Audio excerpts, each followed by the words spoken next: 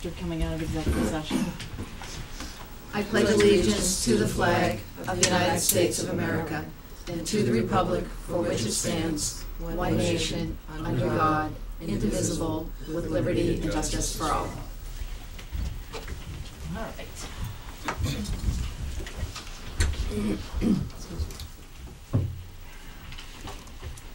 Anybody here for public comment? Right. Okay. Welcome. Just give me 2 seconds. We're going to start with the Selectman update. Kevin, you want to go first? Yes, just a quick comment on the election yesterday. I think several of you probably want to make comments on the election, so I'm not going to make a dissertation on it, but I do want to point out on the election, the ballot question number 5, which is non-binding, but it passed by a huge vote in the town. It's non-binding, but essentially what this ballot does is it allows people who have solar and other sort of alternative energy programs that they're operating in with their home and so forth to get the same metering and the same fair treatment and good and better treatment that in terms of their rebates and rates and so forth that people who have solar get from if you're working with a company that does this. It's not complicated, but what this provision does was it was an encouraging support of the use of alternative and solar energy for citizens. Essentially, is what this motion did. It's non-binding, but it encourages our representatives to do it. I wanted to highlight it because it was the vote in this town was overwhelmingly, in support of that sort of energy-saving consciousness, and that seemed to come out evidently. It's evidently a spirit and a view in our community, because the vote was 2,092 voted yes in support of that, and 613 no. So it was just a real strong endorsement. The highest vote of the whole ballot. Yeah, right. It's a very strong endorsement of those kinds of energy savings for solar and other users, and I just thought that's worth highlighting. Right, it's directed at the municipal power companies. So Hingham and Hull have their own municipal power plants, whereas Cohasset uses National Grid. National Grid offers credits and incentives to put solar panels up. The individual town municipal utilities don't. So exactly, and it doesn't necessarily apply to our town because correct. We don't have municipal. But the non-binding resolution also asks for our representatives to be supportive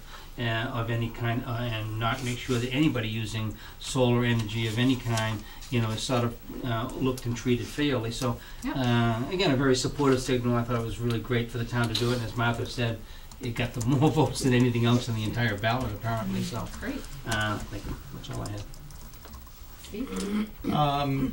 Just a quick update pointing out once again that our high school sports squads have done a miraculous job.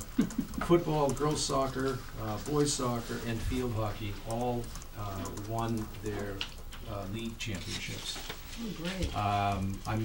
Football has since advanced down the playoff road with 2 straight wins, and hopefully is headed towards the Super Bowl. I'm embarrassed to say I don't know the outcomes of the first games for girls and boys soccer. All right, you're not. I know they've been playing because I can see the lights and I can hear them. Report, And girls field hockey unfortunately lost in a nail biter of a playoff game and with an overtime penalty shot. So it was sad to see their season. Yeah, they were down 2-0, and then they tied it. They came storming back, and in the overtime, unfortunately, lost on a penalty shot. So, moving on to the elections, there's one thing that was very, very clear to me in the elections, and that is that we really have to talk about parking. And I realize it's coming up later on, but I want to juice that. If you only had a gun, I would have shot the tires out of dozens of cars, just simply on the way. I literally couldn't get into the parking lot for 5 minutes because someone parked in front of the entrance. Left the car running, left the lights on. And they didn't have blue lights? Nope. Just Isn't there And usually a That's awful. policeman on duty? there was, he was very busy directing traffic out of the parking lot. We probably needed another policeman. Right, the point in all of it though is that this municipal lot was overflowing, and parking along the common was jammed, and so it's a topic that I realize it's on our list of things to talk about tonight. Space It needs. It is? I'm Oh, sorry. you can, yeah. This might be a primary space need. Space needs. Okay, Alright. so just Space be aware that it'll come up again. Oh, yeah. All right, yeah. that's it for me. Karen? Are you gonna talk about the open house? Oh, you can do that. Are you sure? Yeah, yeah.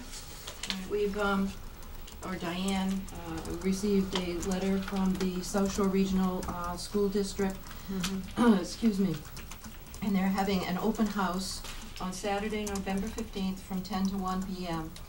And families from around the region will be able to talk with current students, teachers, counselors, and administrators, and view demonstrations in their 14 vocational technical programs. So I'm a big proponent of the voc ed programs, and I think it's a great opportunity for children who have that inclination and that talent. Not everybody is the same and has the same abilities or talents or enjoys doing things. So I think this is a great opportunity, and I would encourage parents with children to look into this as an option. As far as the election goes, I think it's a great problem to have that there wasn't enough parking. I don't think that ever really has happened, maybe in at least recent times. I think that there was like a 63% turnout, and to me, the most important gift or right that we have is the right to vote and choose our leaders. And when you don't utilize that vote, then you lose the right, in my mind, to have a voice in it. So, Right. thank you to everybody who came out. And the national turnout was like 33%, so we far exceeded the national average in turnout. Something to be proud of, I think. Indeed, Kim. We always have a good turnout in Cohasset. We're very good voters, but I did wanna say that I got this nice mailing from the proposed senior center, and I just wanna reiterate that the 16th of Sunday, from 1 to 4 in the afternoon, there's an open house for people to come there. I really enjoyed all the different comments from the different people, citizens in there. Liz Durant, Joan Trask, and a whole lot of them, and then they talk about how their lives and so forth. It's very well done, very nice picture and so forth. So I hope people will go look at it myself.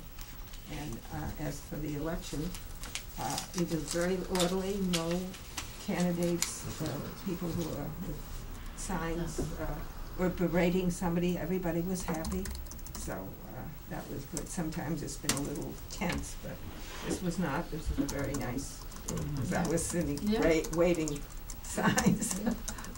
And Diane was too. Yeah. Is that it? Yeah.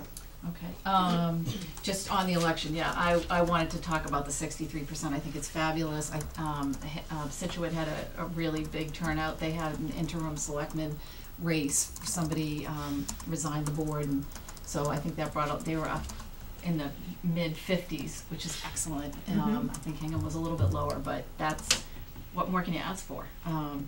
That's wonderful, and it was very orderly. I was out there for 2 hours, but the traffic and the parking were kind of nutty. So I think as the day progressed, they brought in additional details and did some one-way cones that helped alleviate some of the confusion around that corner, because people are always in a hurry. So I think if people slow down a little bit, it might help. And lastly, just a reminder, we've brought this up at a couple meetings before, that this Saturday, November 8th, from 9 to 1, is the 3rd annual Veterans Benefits Forum. It'll be taking place at St. Anthony's Parish Hall. It's a great opportunity, whether you're a veteran or a family member of a veteran or just a resident of town, to go over there and check out the programs and meet some of our residents and some of our neighbors who are very involved in VA and other issues surrounding our That's, I always get very, I always get choked up, veterans and, I'm sure you do. military members and dependents, so, if you have a chance, check it out, it's a really wonderful, morning and early afternoon of activities and, information. Oh, I forgot, this, Deer Hill is having a program on Friday. Is it this Friday? Yeah, the 7th, Okay. yeah. The Deer We Hill, Memorial, Veterans Day. Veterans, yes, and, we had a notice a week or so ago. Yep. November, and that's always an incredible, Well, it usually is Thursday Event. and I can't go, but this week I'm able to. that's great, okay. Yeah. All right. You reminded me. Great, thank you. So we have, next on our agenda is, the alternative committee update, which, Mary Jo, are you waiting for Sean and others? I am, Okay, thanks. and here's Marie, so we'll get there, we're a little bit early. Okay. I'm just trying to see if there's anything else we can talk about, while we're here. Why don't I just take a couple minutes to, check with the board on upcoming meetings. So we have a meeting now scheduled for Wednesday, November 12th. Special town meeting is Monday, November 17th. And then I would like to schedule one more, and it is the week of Thanksgiving. I recognize it's busy, but after polling the board, I think it made the most sense to schedule our next meeting for November the 25th, I believe, which is a Tuesday. And I just want, Tuesday, November 25th. Just want to get it on your calendars, and hopefully everybody can be Are here. you not gonna be here? No. I'm leaving very early, the 26th. So there's a lot of little loose ends that we've kind of put off. We can do it at like the 19th after town meeting, or is that too much? Monday the 24th? What about the 21st? Would Monday the maybe? 24th be easier for Yeah, everyone? I have no problem I'm there. traveling Monday, Tuesday, Wednesday. Okay. Are you away the whole thing? You're away. Monday through Wednesday. So, I mean, I'd be willing to meet the week after town meeting. It's a lot, but if the majority of the board is, or, if all the board members can be here, that's the preferable. 24th or 25th is okay with me. Okay, but what about like the 18th? That's not good for me. Okay, The 19th. the 18th and the 19th? What if town meeting Or goes over the 18th? Yeah, What about we the go over 20th? anyways. 20th to Thursday. It's capital budget, I think it's meeting in, I don't know why I have it on my calendar, but I do. Did not have Is there a day that's better that week for everyone? I mean, if town meeting were to go over into Tuesday night, I would imagine it would be very slightly over, cause, there's just not a lot of articles. Well, I don't know, it depends. I'm not good on the 18th, if you can avoid it. You're not around in 18th either. Okay. 19th to 20th, we can do. I mean, if town meeting was over, I mean, I'll be there, but I'd rather do the 19th. 24th or 25th. 19th, 19th would have to go. does that work? 19th. Okay, so let's 19th just it is. pencil it in for the 19th. Next week, we have, just a lot of, there's some events to approve. I wanna discuss some of the events. There's a couple other things that I can't remember, but I think it's gonna be a pretty busy meeting. If we can get through stuff that I think it might carry over, then we'll cancel the 19th, but let's set that up on our calendars. Yeah, but would you be having town council there next week? Well, we would have to discuss whether Yeah. that would be the time for town council. Yeah. That would be the tricky thing, cause I think Yeah. a week would be, Well, but if I- not, we'll just No. defer that yeah. till the early December meeting. Yeah, because we were trying to figure out Yep. some of these things. And then, in December, why don't we, while we're on it, if everybody could just, so there's Tuesday the 2nd, and then the next meeting in Tuesday the 16th, or do you wanna try to just schedule one, which would be Tuesday the 9th? 9th is better for me. Rather all than the right? 2, you mean? Rather, Rather than the 2. so not the 2nd and not the 16th? See, I think there's 2 weeks between meetings to go to the 2nd. I'd prefer to do the 2nd and the 16th Mhm. and schedule 2 meetings if we don't need them, Yeah. but, 2nd's not good? No, I mean, I can do it, it's just, there's a. It's not good. Not No. good. Okay. What about the, The 9th is, the 9th I'm okay. 9th, okay. Yeah, Okay, we'll change the 2nd to the 9th. yeah, let's change the 2nd to the 9th. okay. And then what about the 16th? We'll just pencil it in. And, If this, if we can avoid it, cause I know it gets crazy, yeah, at that time of year. So right now, we've scheduled, upcoming meetings for November, or whatever it is, the 19th, Wednesday, and then Tuesday the 9th, and Tuesday the 16th of December. Does that sound right? okay. Okay, Mhm. all right, and we'll just, watch, how full our agendas get, and hopefully we'll try to keep everything, moving along. So, do we have our representatives from Alternative Energy? Yes. You waiting for anybody else, Sean? No. Okay, come on up, and when you get settled, I'm just gonna ask that you introduce yourselves and give us your address for the record. Sure.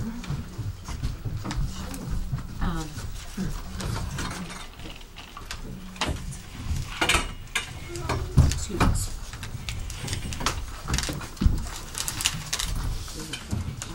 Thanks for being here. Thanks. It's Mary Jo Larson, 12 Virginia Lane. Marie Christie McDonald, 41 Oak Street. Sean Sella, 67 Ripley Road. All right. Great. So we just kind of wanted to give it a kind of a high-level summary of the initiatives right now that AEC has taken on. I know Diane and Karen are kind of familiar. I don't know if the rest of the board is familiar with some of the work that we're trying to move forward with. We have a lot of momentum right now. We have a lot of initiatives we're trying to do to help the town essentially save money on energy bills, which is a lovely thing. Let's start off with one initiative that I think that many of you might be familiar with is for the PV arrays. We had originally contracted to do them on top of or in the process of contracting to do it on top of the middle high school roof as well as the old landfill. Due to some structural issues associated with the middle high school roof, that was nixed. So that was about a 500 kW array. The landfill one we are moving forward with. The original company that we were going to move forward with ended up filing Chapter 11. So we dismissed that contract, and the runner-up was actually Palmer Capital, which is a locally Cohasset-based company. So we are in the process of negotiating the T's and C's with them now on the contract. We've gone back and forth on it. I actually have a meeting on Friday to review the final items. We kind of ran out of the money that was in our original contract for the lawyer fees that we had for counsel specifically for this. And they asked us if we wanted to re-up for $850 an hour, and I said, no, thank you. So I've negotiated enough of these. I think I feel comfortable. I can kind of get through the rest of this. It's only a couple items, and we can have town council look at it for final approval, and then we'll be good to go there. So, Could you just summarize exactly what Palmer's gonna do, just for the viewers at home? yeah, sure. Palmer actually is, what they do is they form a joint venture with an actual manufacturer and distributor for the arrays. Palmer's the financing arm, and then they work with them in order to kind of put together the power purchase agreement. Just so everybody knows, like, you know, what we're setting up is non-capital intensive work for us, and when I say that, I mean it costs us nothing in terms of capital. This is a strict energy play. So to give you an idea of what we're looking at in terms of savings, our electric budget, I think we spent about $650,000 last year. Total energy costs were about $1.2 million for the town. We were looking at probably about an average electric rate of about 14.5 to 15 cents per kilowatt hour that we were paying. The contract that we're looking to negotiate with Palmer is at 8.8 cents, fixed for 20 years with no escalation. Right, so that is about a 40% decrease in the overall electric costs for that portion associated with the PV array, which is going to be about a 600 kW array. And I think our base load is somewhere in about a 3.5 megawatts or 3,500 kW. So it's gonna be about for about 25% of our load, somewhere around there, a little bit less. What we're hoping for is that we lost the opportunity in the middle high school roof because of the age, but I forwarded over a presentation that was given by Solar City the other day. They actually have a very cost competitive proposal out to Cohasset right now that we are mulling over and thinking about at 9 cents per kW. kWh, yet again for 20 years with zero escalation. Right? So this whole zero escalation thing is just about unheard of. I work in the energy industry, and usually everything has an escalation associated with it, 2%, 2.5%, 3%. So it's a good deal, and the difference with Solar City is that this is actually going to be a third-party location. Right? So it's not going to be in Cohasset. It could be anywhere within the national grid and this zone, this energy zone that we're looking at here. What it is called a virtual net metering agreement. So what they'll do is they're leasing space off large warehouse roofs and other places, and they'll tie into the utility, and then the metering credits they get for that, the net metering credits they get from the utility, they would apply to our accounts. So it's similar to what we're doing with Palmer Capital on the PPA, but the difference is that it's not actually going to be on our land, right? The landfill, the PV arrays, is actually going to tie into the grid. Right, but we get the net metering credits because of that. Right, so the net metering credits, not to get too deep into the weeds here, but the net metering credits essentially is a credit given by the utility company for your consumption, right? Not your demand, your KW, peak KW value, because that's an infrastructure cost. It is for the consumption, right? T&D as well as the production, right? And they're giving that because the PV array acts as, it's a buzz term in the industry called a microgrid, right? It acts as kind of a local on-site source of power, right? So that means that there's less transmission and distribution that's needed from major power plants because power is being produced locally in these load pockets, right? So that's why the credit's out there. So we're mulling over the Solar City offer, which looks like it's actually going to be good. It's actually less risk associated for the town in that, one, they could actually use multiple sites and tied into the contract, so we're not tied to one specific site, but it could be multiple sites. And also, we don't have to worry about leasing out any land or anything like that. So I have a question Sure. about why do we need both? So Well, is the PV arrays only covering X percentage of our usage? So our hope is actually if we can, depending on our appetite, if we can get somewhere around 50% of what our total consumption is, that's actually probably a pretty good number for us. And because of that, at 8.8 or at 9 cents per kilowatt hour, at a 35-40% savings relative to what we're paying now, is significant savings. If we can get at 50%, then we're talking about maybe $150,000 or something like that per year that we can essentially save. The price of electricity right now is forecasted to go up dramatically. There's a little bit of a lag associated with it because of the market. What it's doing is going to make up for essentially the high gas prices we had last winter. That kind of gets factored in, as well as the fact that they're forecasting a brutal winter this winter. And so because of that, there's going to be a bottleneck in natural gas prices, and there's a 96% correlation between the price of natural gas and the price of electricity in the Northeast, because of most of the power plants use natural gas. So what that means for us is that the savings could actually be even more dramatic than that. So if we lock in at 8.8 or at 9 cents per kilowatt hour, and the price of electricity goes up to 20 cents, right? I mean, we can do the math there in terms of what our savings would be. So it's essentially a hedge for the town on our electric costs. Sean, forgive me, back up for a second. Sure.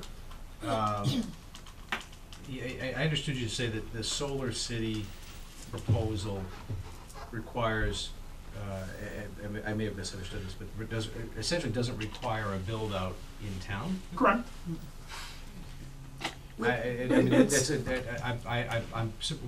We don't contribute anything physically, but we were able to share. Well, in the we're benefits. contributing because we're allowing them to have the financing mechanism. We're an off-taker for their PV array. So we're allowing them to be able to build the PV array somewhere else. Because right? we're consuming. Because we're consuming it. We're essentially allowing them to build it because we're saying we're going to consume this much power. Okay. So since it's, and the reason why it has to be within the national grid jurisdiction is because it still benefits the national grid. Right. Because that means in that other town, they don't have to build out the infrastructure and all that. But we're not gonna consume the actual power that's produced by this array, are we? No, Yeah, no. right. So what we're doing is we're agreeing to consume a certain amount over a period of years Correct. at a certain price. Now that provides them with a base It's a financing customer mechanism for financing that. that they're gonna get. Yep. Now they're gonna then produce this power somewhere, and they'll then take it and sell it somewhere else, I assume. No, they just tie into the grid. So They when just- they tie into the grid, they get what we call the locational based marginal price for that zone. So what are they gonna get? Are they gonna get 9 cents or more? No, they're gonna get whatever the commodity price is, which is actually usually a little bit less, but by building it, there's a lot of investment tax credits that they get for actually building the array. They get to do a macros accelerated depreciation on the asset, which is So helps they're them. not gonna some- necessarily make the money on what they sell. They're gonna they're gonna That's make their money on Yeah. tax credits. They make it on that. They make it on a subsidy that's called a solar renewable energy credit. Right. That's in the market. Very So there's So many they're- different cash flows that they would so have. their to investors get to take a tax credit, and that's what their attraction is for that. We become a guaranteed customer for 20 years. Yeah. Now the downside to this, possibly to us, would be not very high probability perhaps, but is if the price of electricity went down to 4 cents 12 years from now, Yeah. we lose our hedge. Exactly. So we need to understand there is that you know, risk there, And I right? gotta be honest with you, my company does a lot of energy analysis, and there is not one person forecasting a drop in electric prices anytime in the future. But there wasn't anybody forecasting a drop in oil prices 10 years ago. Right. Yeah. Yeah, it's unlikely, but if nuclear fusion comes along, Right, we'll yeah. have issues. So we're gonna stop that. But there's, The yay world. Lots there- of reasons. Well, my question then is, in order to hedge our own hedge, 20 years is a long time. Could we do this for 10 years? Well, the problem is that the asset itself is gonna be a 20-year asset. So if we were to try to drop it to like 10 years or something, they wouldn't be able to necessarily get the guaranteed financing from it. Or we would have to pay a massive premium so that they could still recuperate the capital cost within that They 10-year would be paying period. more than what's the sense of doing it, right? Exactly. How many of these have Someone else they, needs this company done as a 20-year? Which one, Solar City? Well, I forwarded over the, the presentation, and they kind of went over it there. I think, I have it here, yeah. take a look at it, they financed over $4 billion Okay. in solar projects. They have over 7,000 employees. Currently, they have 150,000 customers with over 800 megawatts Is of it deployed just solar development. United States or other? In the U.S. US, yeah. Yeah, they're a U.S.-based company. They're actually moving their manufacturing facilities to the U.S. as What well. if we need more? I mean, if we have more building, Well, we can, but see, this is part of what we would like to, at the AEC, we're thinking of being as a comprehensive plan. Another part of it that we're going to get into is actually an energy reduction plan, which would be like a 5-year energy reduction, 25% off. And that's why we don't want to go more than 50% on the solar, because we're planning on hopefully reducing our overall energy consumption by 25%. I see. yeah. Karen, do you have a question? No, I just want to say, it's my understanding that aside from the fact we'd like to start saving as much money as we can, as quickly as we can, Yeah. there are some windows that will be closing. Yeah. Yes. That put a time urgency on, maybe urgency is a little Yeah. overstated, but, So the reason why we're going to try to push forward, trying to get this Palmer contract finalized, and we're thinking about maybe aggressively moving forward with Solar City, is that the regulations involved.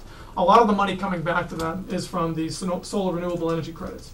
The reason why Broadway Electric was the company we were originally selected, went out of business, is because they had everything banked on the original SREC 1 program, which had much higher subsidies associated with the capital costs. And when they lost that as part of the SREC 2 program, all the projects that were in their pipeline all of a sudden now became uneconomical, and that's why they went bankrupt. The SREC 2 program now is actually just about maxed out in terms of capacity and what was allowed. And so now they're thinking about changing the rules again, probably next year. And so that's why there's a lot of companies and a lot of municipalities that are trying to get in now under the SREC 2 program, while it's still, they can offer attractive rates, because if not, rates are going to go up. The other thing is the investment tax credit, which is actually 30%. It's very substantial for renewable energy projects. Expires coming at the end of, I think, 2015, going into 2016. So once that goes away, that's 30% capital cost now that's going to be added to the projects, price is gonna go up again, right? So, unless it gets extended by Congress. So there's a lot of reasons why you don't want to necessarily wait too long, because while these subsidies are out there, you kind of want to strike and grab the best price you can. Do you have a question? No, I just was gonna say, the cap is filling up. The cap is filling up. Palmer, we think we can probably get in on that one because we already have the contract finalized. Solar City, the way that they work is actually they sign a lot of letters of intent to build, and so they start putting them in the pipeline, and then they just look for customers to match up with those sites that they already have done preliminary designs on. So we would be able to get in as long as a whole bunch of other customers don't come along and grab the sites that are already in their pipeline. We gave Chris a pass for a few minutes because he's at another meeting, but one of the questions I have, and I'm sure you guys have been at this a long time, is just in terms of the town entering into these 20-year leases. Is it something that is within the purview of the Chief Procurement Officer, or is it? So the way that it works is the one for Palmer Capital wasn't, because it's a lease of land, of town land. And so because of that, that's why we had to get at the town meeting, we had to have the vote in order to approve the land for lease, yada, yada, yada. The way that it would work for Solar City is that is a strict energy play, kind of like hiring a third-party commodity agent to broker a deal for you for electricity or for gas or whatever. And so because of that, actually the town manager can sign off on it. Does that need, I wonder if that needs to go through 30B. I don't think for energy procurement. Procurement, yeah. It doesn't have to be bid. No.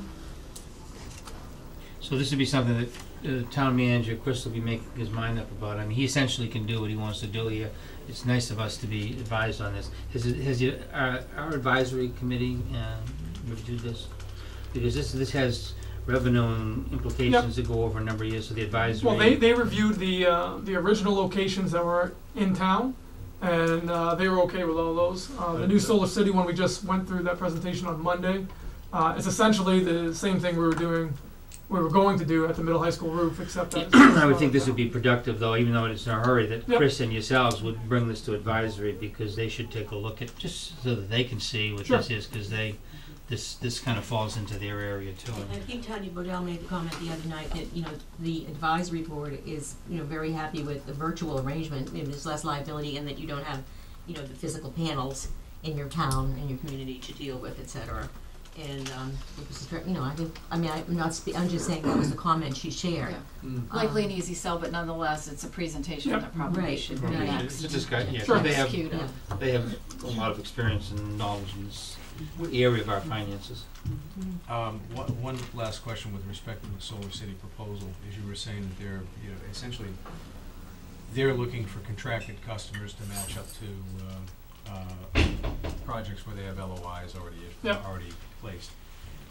Is there a lag between agreeing to contract with them and then the discounting? Yeah, it would be 12 to 18 months. Okay. Right, because it's letter of intent, but they haven't built it. So they still have to build it, do the interconnection agreement, tie into the grid, get all the paperwork in place. So it's about 12 to 18 months before you start seeing it on your account. And is there an amount of electricity we're guaranteeing to buy? Yeah, we would set that, and that's their first question is what's going to be our guarantee, and that's what we were So it'd saying be is 9 we'd probably cents. be looking at, there's no I don't know minimum the terms, for the but- 9 cents, and that was one of the questions I asked them the other day. So they were thinking it could be upwards of 3 megawatts worth hour But over it'll hour. be a guaranteed payment that we're.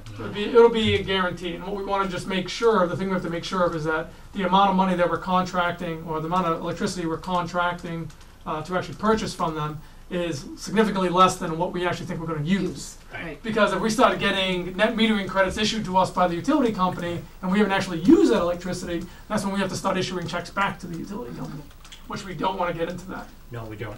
Yeah. I think the other thing, that time sensitivity is important. I think, I can't remember if Miles was saying that he suspected very much that if we haven't really made a decision within 6 months, the opportunity is probably going to just evaporate because there are other people Just wanting more. it. Because Yeah. right now it's very attractive. 3 to 6 months. And I'm just gonna recapping some of the stuff that you guys were talking about in the meeting the other night, but we have an existing contract, and the time frame works. Yes, correct. Yeah, So I so, think- Thank you for mentioning Yeah. that, that's another key. yeah, so we have an existing commodity contract, which is on the supply side. And honestly, I reread the net metering tariff today, to be honest with you, just to make sure. Just fun reading. Just fun reading. So honestly, it doesn't really matter, to be honest with you. So as long as National Grid knows, essentially what we're paying, right? Then, and how much we're consuming, right? That's what they're going to give the net metering credit for on the dollar per kilowatt hour. So, because there was some talk the other night about, On whether or not it's visible in terms of whether or not we're getting separate invoices, Yeah. one from National Grid, Yes. just for the transmission, distribution, and demand charges, and one from the commodity supplier. So the only concern there is if National Grid isn't the one issuing the commodity or the supply bill, and it's coming from independently from a third party, then they don't know what the rate is that we're paying for it. okay, And as such, and then they're not going to be inclined to say, well, what we are crediting our customers for, because maybe what they're charging their customers, which is usually the case, is more than what we're getting it for from the third party supplier. but that's all workable and, That's yeah, Oh, okay. that's not a big deal.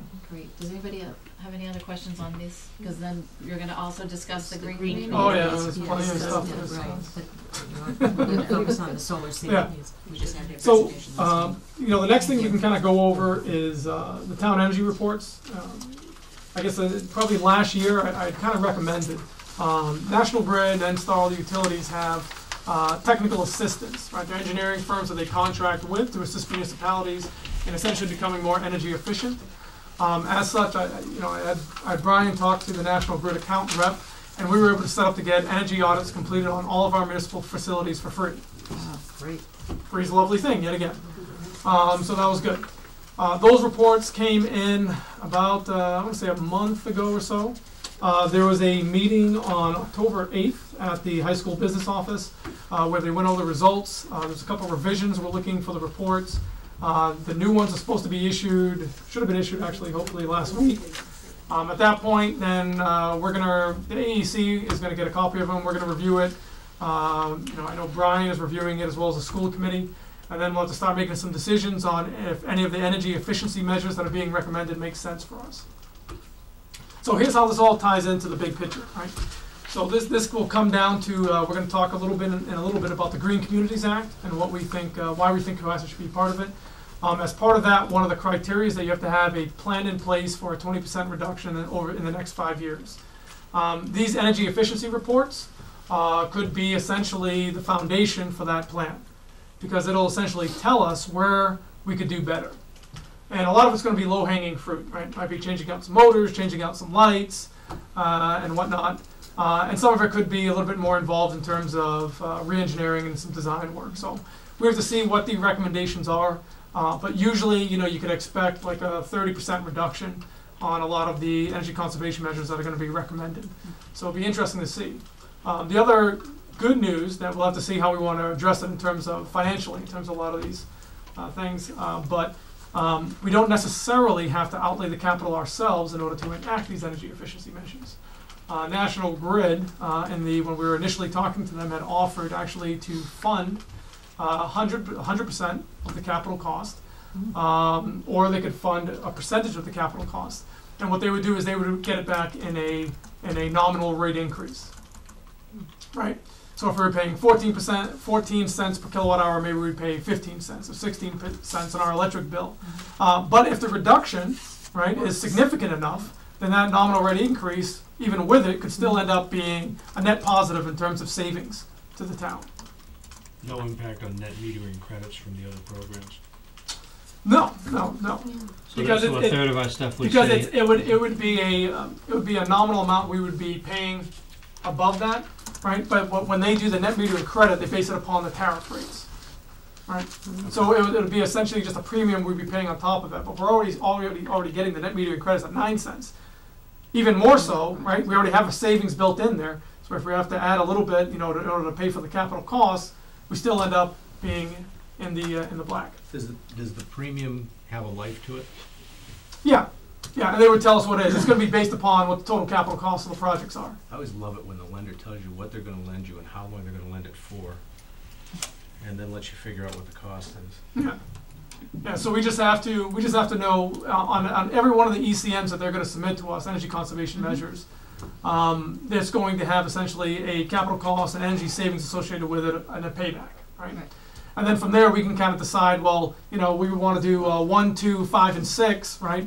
That'll have a total capital cost associated with it, and from there, we can start the negotiations in terms of how we want to do the funding. Which would be an increase in our rates, which we would consider. If we don't want to outlay the capital to take on a general service obligation bond or something, We can do it either way. and we can do it either Or way. we don't have to do the project at all if we don't. Or we don't do the project at Yeah, all. okay.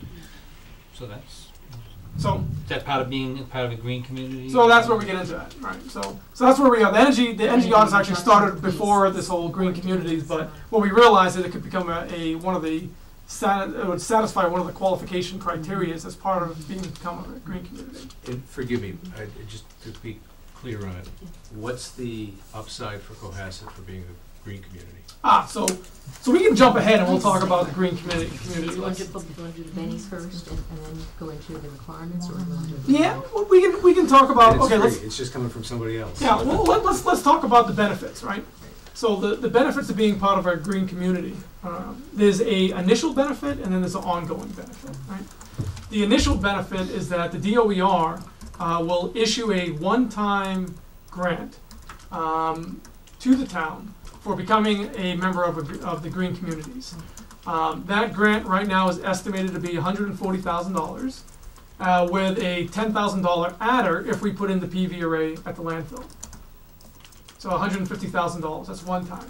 Is it just a, sorry, Goose, just a step back, is this a state program? This is a state program. There's a state It's through law, the is Department of Energy Resources, the So DOER. there's a statute out there that says. There's a statute, it's in the state laws. Yeah. What is the statute? Well, I think it's just called the green communities. law. okay, It's green, Yeah, it's a green and so community then, legislation. so It's communities all can piece. enlist in it Yep. and start to get some of the benefits of Yeah. the support from the state is what we're Yeah, I think saying, there's right? currently That's what it's 50, I want to say either 52 or 53 communities that are green communities. Around us, there's actually a number of them. Situate is the closest. Kingston. Situate's one. Situate is one. Situate definitely is. They've been one for a while. I want to say Hanover. Was it Hanover? Yes, Hanover made a huge amount of money on it. Yeah, Hanover made a ton of money on it. Yeah. So to get to that, so you have the one-time grant, and then every year after that, you're eligible to apply to the DOER for energy grants, right? So maybe you want to replace your fleet with more energy-efficient vehicles, or maybe you want to enact some of these energy conservation measures that we were finding out about as part of these energy audits, right? You can apply to them, and I think they're willing to fund up to, I think it was $1 million or something like that, depending on. Sounds right. It's going to depend on on how many projects you're asking for, what the benefit to the community is. Okay, what but the excuse me, energy- we're not funding those other ones though. You said National Grid would be funding that first category you talked about, Well, no, what So I'm is saying this- is if we look at this as a comprehensive whole, right? then we can start adding different pieces. So we could do So some what we funding. can do is say, well, National Grid, we don't want you to fund 100%. You can fund 50. We'll take a premium on the rate for that 50. The other 50 we're going to fund to this one-time grant through green Gotcha. communities, or for this, or So through we this. could mix and match. So we can mix and match, right? And that's why you got to look at it from a holistic viewpoint in terms of how we're addressing our energy consumption. That's why we have you. I was just gonna say, You're who's on gonna manage committee. all this, No. the alternate So- energy committee? Well, Don't or point at me. or the DOER actually right now has a grant out there for all the municipalities in Massachusetts that they can hire an energy manager, and they will pay the salary for the For first 1 year, year, first for year, one for the yeah. first year, Mhm. and they'll pay 50% of the person's salary on the second year, and then after that, if you decide to keep the energy manager, the town's on the hook for it. Yeah, I just So- saw an ad, I think I forwarded it. Yeah, to- Dartmouth. yeah. I haven't seen it. Dartmouth Yeah, is the town posting They hire on an MMA energy for manager energy for the town? No, the town can hire its own energy manager. They'll give you all the specifications in terms of criteria that you should have in the posting. You can do the interviewing, but they'll pay the salary for the first year.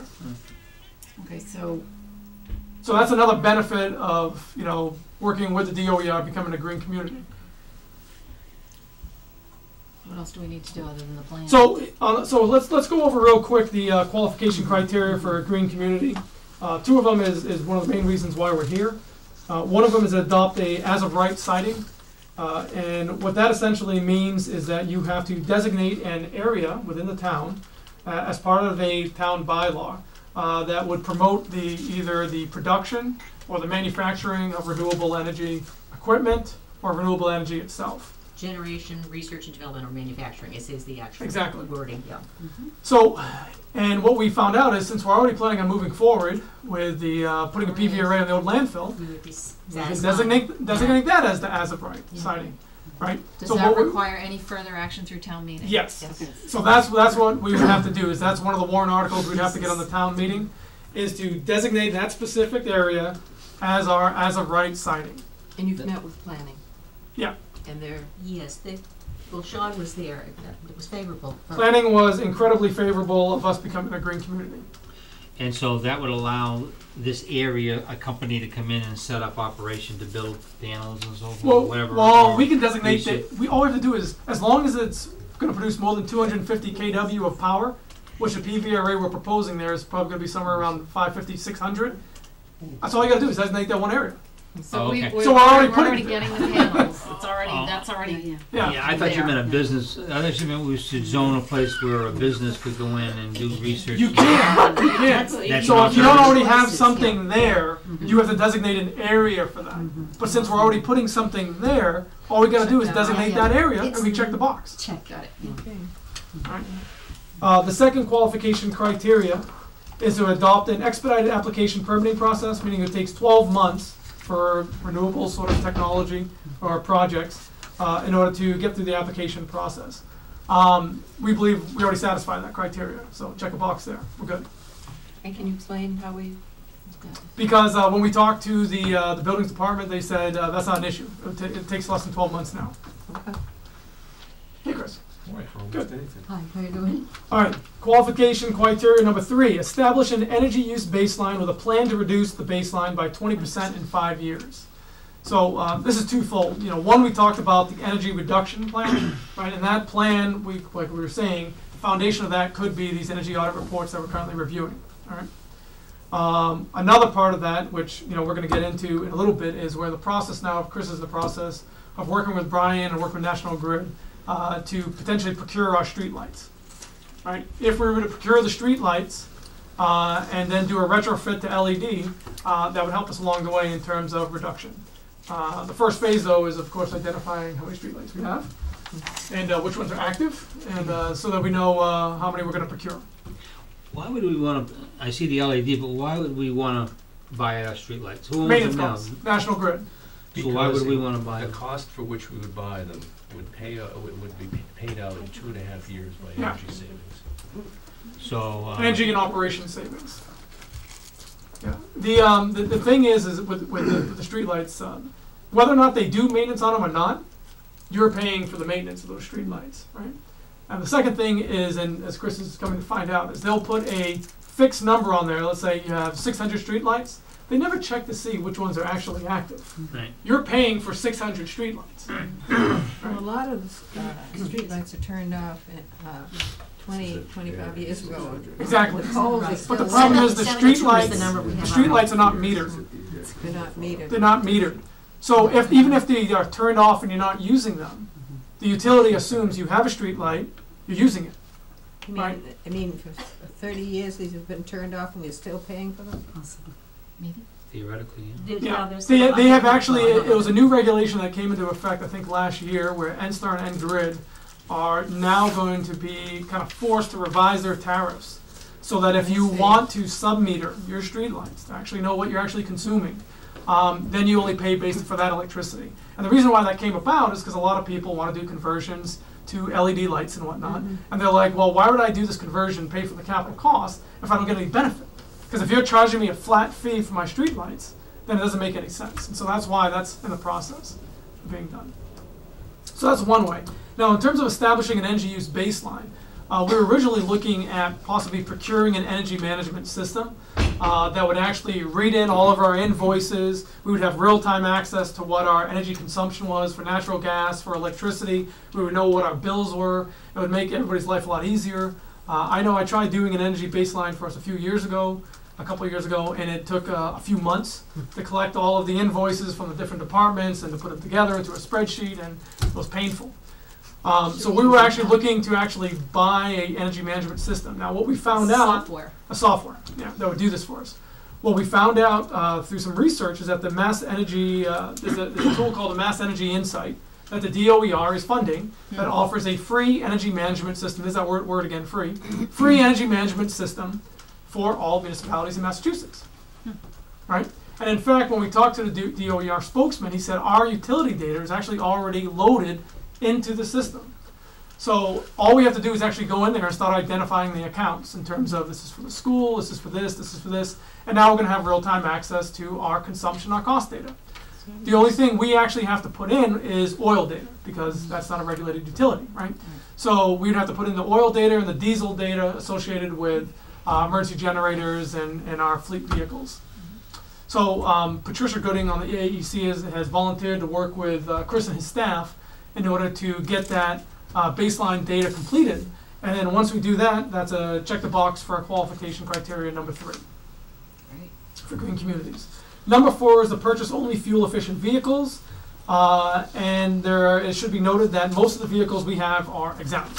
Fire trucks exempt, police vehicles exempt, heavy duty equipment and machinery, dump trucks and such are exempt. Over exempt.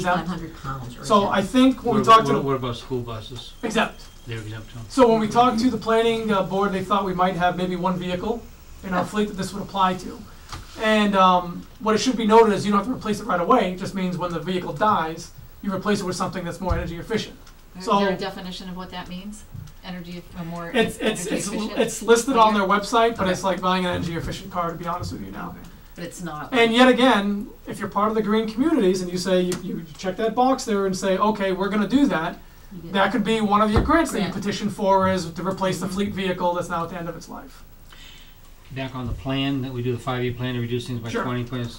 So we have a plan. What if we don't meet it? Is there a penalty or anything? Yeah, you kind of have to meet it. But at first, in order to become a part of a green community, you just have to have a plan in place. Right. But they're going to want to make sure that you're actually They following monitor through on it. that. So if we don't get a 20% reduction each year, what happens to us? Well, they haven't specifically told us, but my take on it is, yeah, you would probably no longer be able to apply for future grants. You would be a green community member.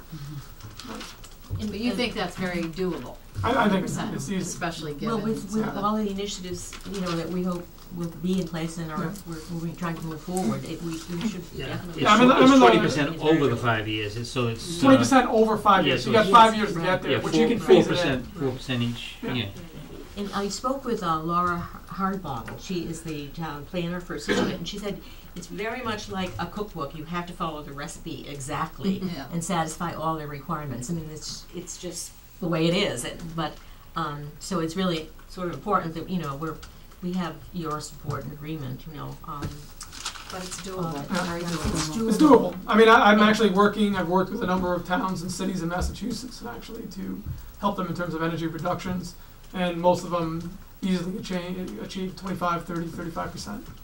Now, one of the next thing on our agenda, we are gonna start having a very big, broad picture discussion of space needs. So one of the things that we've talked about is doing replacement, renovation, whatever, to this building. Yep. So if you have something, which is, will, I think just by definition of replacing certain parts of this building will create energy savings.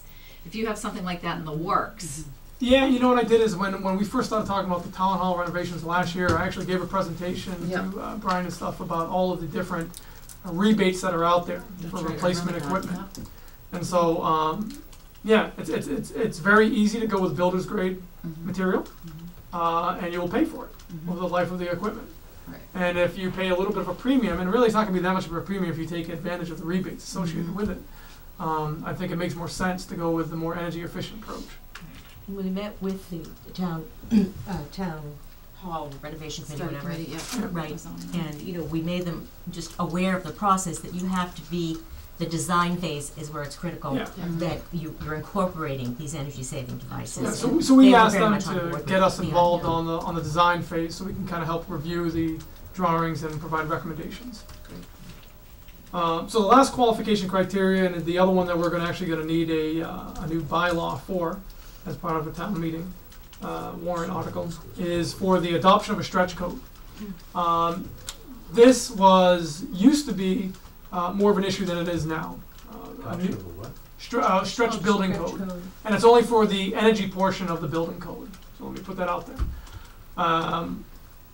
This is it's essentially like an energy efficiency code. Many municipalities, including Boston, New York City, have already adopted energy efficiency codes that are now mandated. This stretch code essentially would be more stringent on the energy side, but as of the new building code that came out last July, it essentially matches up with it. So there's not a whole lot of difference. And we've already started talking to the building department about it. So far, the response has been no problem, favorable.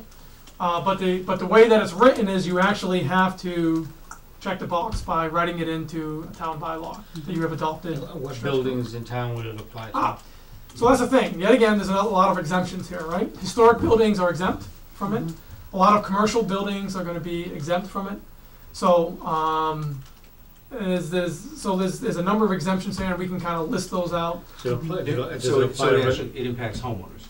It would impact homeowners. Right. Yeah, Okay. but it's not going to impact homeowners any more than the new building code does. But for the one most thing part. that Mr. Egan mentioned, this had come up a couple of years back when we were involved with wind, and it didn't get too much momentum at that point. But that we do have the large home review, site review, or I think maybe it's just large home review, which really accomplishes a lot of what the stretch code is geared to do. So I mean, in a sense, the homeowners or the people that are buying or building in the community have already been impacted. And I don't know the exact law, but it's for a larger home. I don't know exactly the square footage, but it's. This is for new construction. Well, it would be for new, and I suppose with renovation. this, a ton of renovation in this town too, and, So so. whenever there's renovation or or a new building, Yes, Yeah. this would apply. yeah. Not if someone transferred their ownership, not if someone sold their No. house. Oh, no, Just no. in order to get a building No, permit, no. you, Oh, it's no. just part of the code. Yeah, Yeah. so it's already kind of built in, but it still has to be again, this is a warrant article, the stretch code, as well as the, as of right citing. Those would be bylaw changes, And and I- they would require formal, votes of town meeting. Just the stretch building code, I mean, I think planning and ZBA people will have a more articulate way, Sure. but clearly, people are gonna wanna understand what the code is now Yep. and what Right. what that delta is Yep. gonna be. Right. And the What- DOER that's money in people's pockets. Yeah, the DOER actually offered to come in and do a presentation to the building department, as well as any major contractors that wanted to attend, to go over what differences there are between the current newly enacted energy building code and the stretch code. There's, all of this sounds potentially very beneficial, specifically the results of the energy audit and as well as net metering and the like. And your enthusiasm for it is obvious. The one thing that well, it's one thing, it's several things actually that I look at is a number of the impacts that of the proposals that you're making have a direct impact on budget and advisories. We certainly want to hear from advisory on that. Likewise, would have an impact on capital, regardless of what the source of the funds are. We want to hear from capital budget when it's a capital project.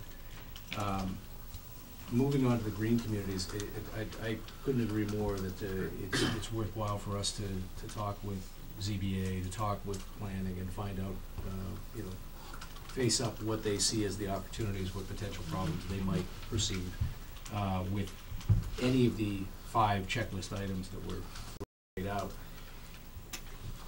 Again, there are both capital and budget impacts on the green communities piece that I think need to be evaluated, but before that happens, I frankly think I need to read the legislation and understand what the totality of it is.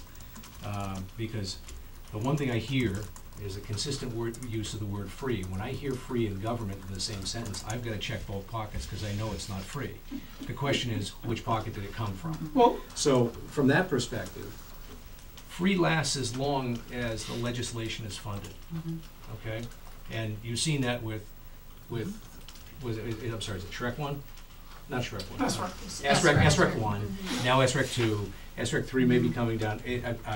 We in finance, we call it QE1, QE2, and QE3. It's free or it's freest until that money goes away and then becomes less free more, and it's not free at all. And that's when the bad things happen.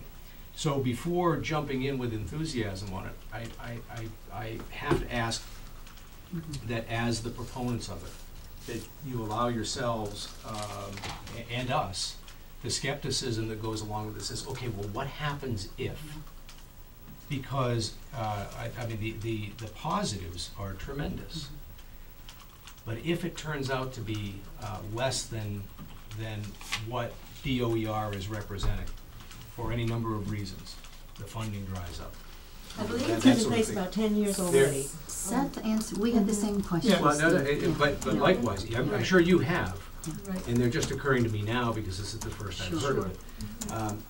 It's, a good carpenter, So, measure let me- twice, cut once. if I could just address a couple of those, right? Let's talk about the SREC.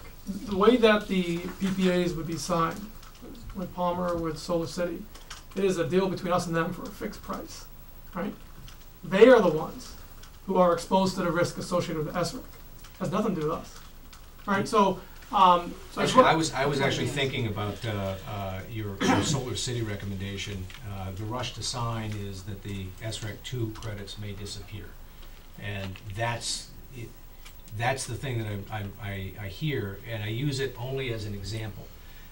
To me, I based on what little I know, and that's the entirety of your presentation, it would seem to be an obvious procedure to move ahead examining the viability of working with Solar City as well as with Palmer, right? But as the point, your point was that SREC credits have gone from very favorable to somewhat less favorable, and it could happen that they move to still less favorable after that. The SREC 2 actually has increased the cap. My point in all of this is simply that it's an example that nothing is free with respect to government. The funding is coming from somewhere. And so from that perspective, I appreciate it. I think it makes a great deal of sense to really investigate that aggressively, investigate it to the point where, as we've talked about, it seems to me that that's really a contractual capability with the town manager. Makes sense to pull the trigger? It makes sense to pull the trigger, right? The green communities piece it engages a great deal more involvement because it's asking, I mean, anytime you talk about changing the bylaws, that's a semi-permanent result. And so we want to make certain we understand what the consequences are, those that we intend and those that we didn't anticipate. That's all. Yeah, and I just wanted to highlight something for both the board here as well as for any of the citizens at home who are wondering about the funds drying up. Right. Next time you get an electric invoice, utility company, look at it, right, and look at what it's broken out to. There is an R&D component to that, dollars per kilowatt hour that you're paying. There is a renewable component to that you are paying. That's where the funds are coming from. It's The utility companies are building it into their electric rates. So the money is going to be there. That is not changing. So really what it is who decides to claim it, right? They are mandated by the federal government to spend the money that they're getting, right, based upon from the utility companies that they're collecting. They're mandated to give it back to the ratepayer. It's a mandate. The New York, NYSERDA, not to get into it, but they serve a similar fashion where they give out a lot of the rebates and incentives for energy efficiency work in New York, right? They got into a lot of trouble a couple of years ago because they were not giving out the funds fast enough as far as the federal government felt, right? Because this is money that's being collected from the ratepayer. And the reason why it's being collected is to promote energy efficiency, right? So I just want to make sure that when we're looking at these projects and we're looking at these initiatives, right? We are doing it to reduce costs and to minimize risk for the town. Okay, I happen to work in the energy industry, right? I do this every day, right? And when I look at it and what I'm suggesting is things that I've seen that work, right? Why? Because I care about the town. I care about my property taxes, right? I care about the budget and making sure that we can reduce it. And I think that the other thing that we'd like to start to try highlighting is maybe to get the kids involved, right? There's the potential of maybe starting up a sustainability group at the high school. One of the things that I was going to talk to Chris about, Mary Jo actually had a great recommendation the other day, because we were talking about the street lights and how we need to find out the count and everything, right? Maybe we can make that into a competition for the high school kids. See who can actually map them out, collect the data. Divide the town. Right. Yeah. So it's something that Hingham's already done. Hingham High School has a sustainability group, right, that gets together and does these sort of initiatives. It might be something that interesting to kind of get the kids involved. Do it as Right. a Eagle Scout or Gold Award Yes. program or something. I mean, I'll be honest with you. I interview a lot of co-ops at my company. I just went through a big round of them, and they all come in. A lot of the kids come in, and I'm asking, well, why here? I want to work in energy. I want sustainability. I want renewable. A lot of them have so much passion for it, right? And you got to harness that passion, and we can harness that passion within the town to get them to actually start thinking about things and to start implementing some of these measures. So instead of just knowing the buzz terms like a lot of politically, like all the politicians know, but they know the practical implications and the practical knowledge in terms of how they can then enact that for change in the town.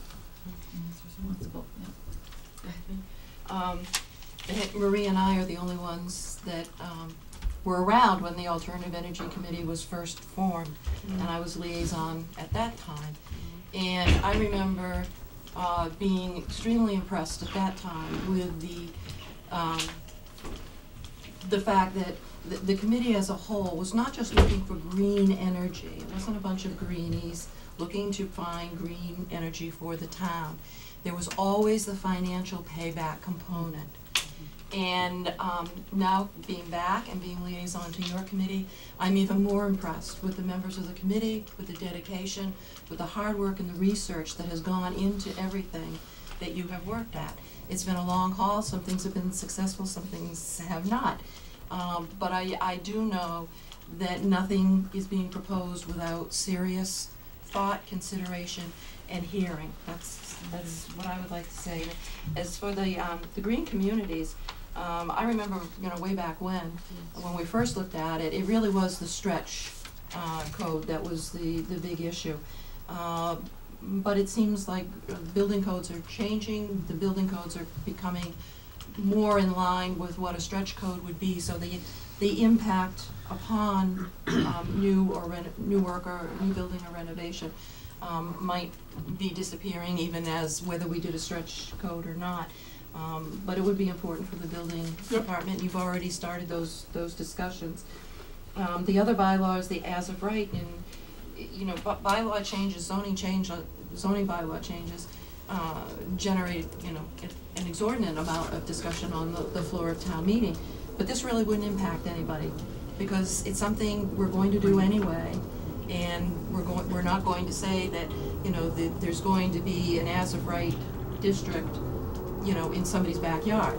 It's going to be up there. Essentially, we already had approval to build the Right. PV arrays at that site, and all we're going to do is draw a little box around the site. And so you're saying, Sean, that the funding is not going to go away because we're all going to keep using utilities and paying the bills. The programs they're going to fund will change, but there will always be funding for programs, right? So the key is which programs are you leveraging, Right. that are you taking advantage of? And if we were to go forward and everything, the two bylaws passed at town meeting, we became a green communities, and 5 or 10 years down the road something changed, what really would be the negative to the town? The only negative to the town is you wouldn't, if you decide that, we're no longer gonna comply, yada, yada, you just can't apply for the grants anymore. So,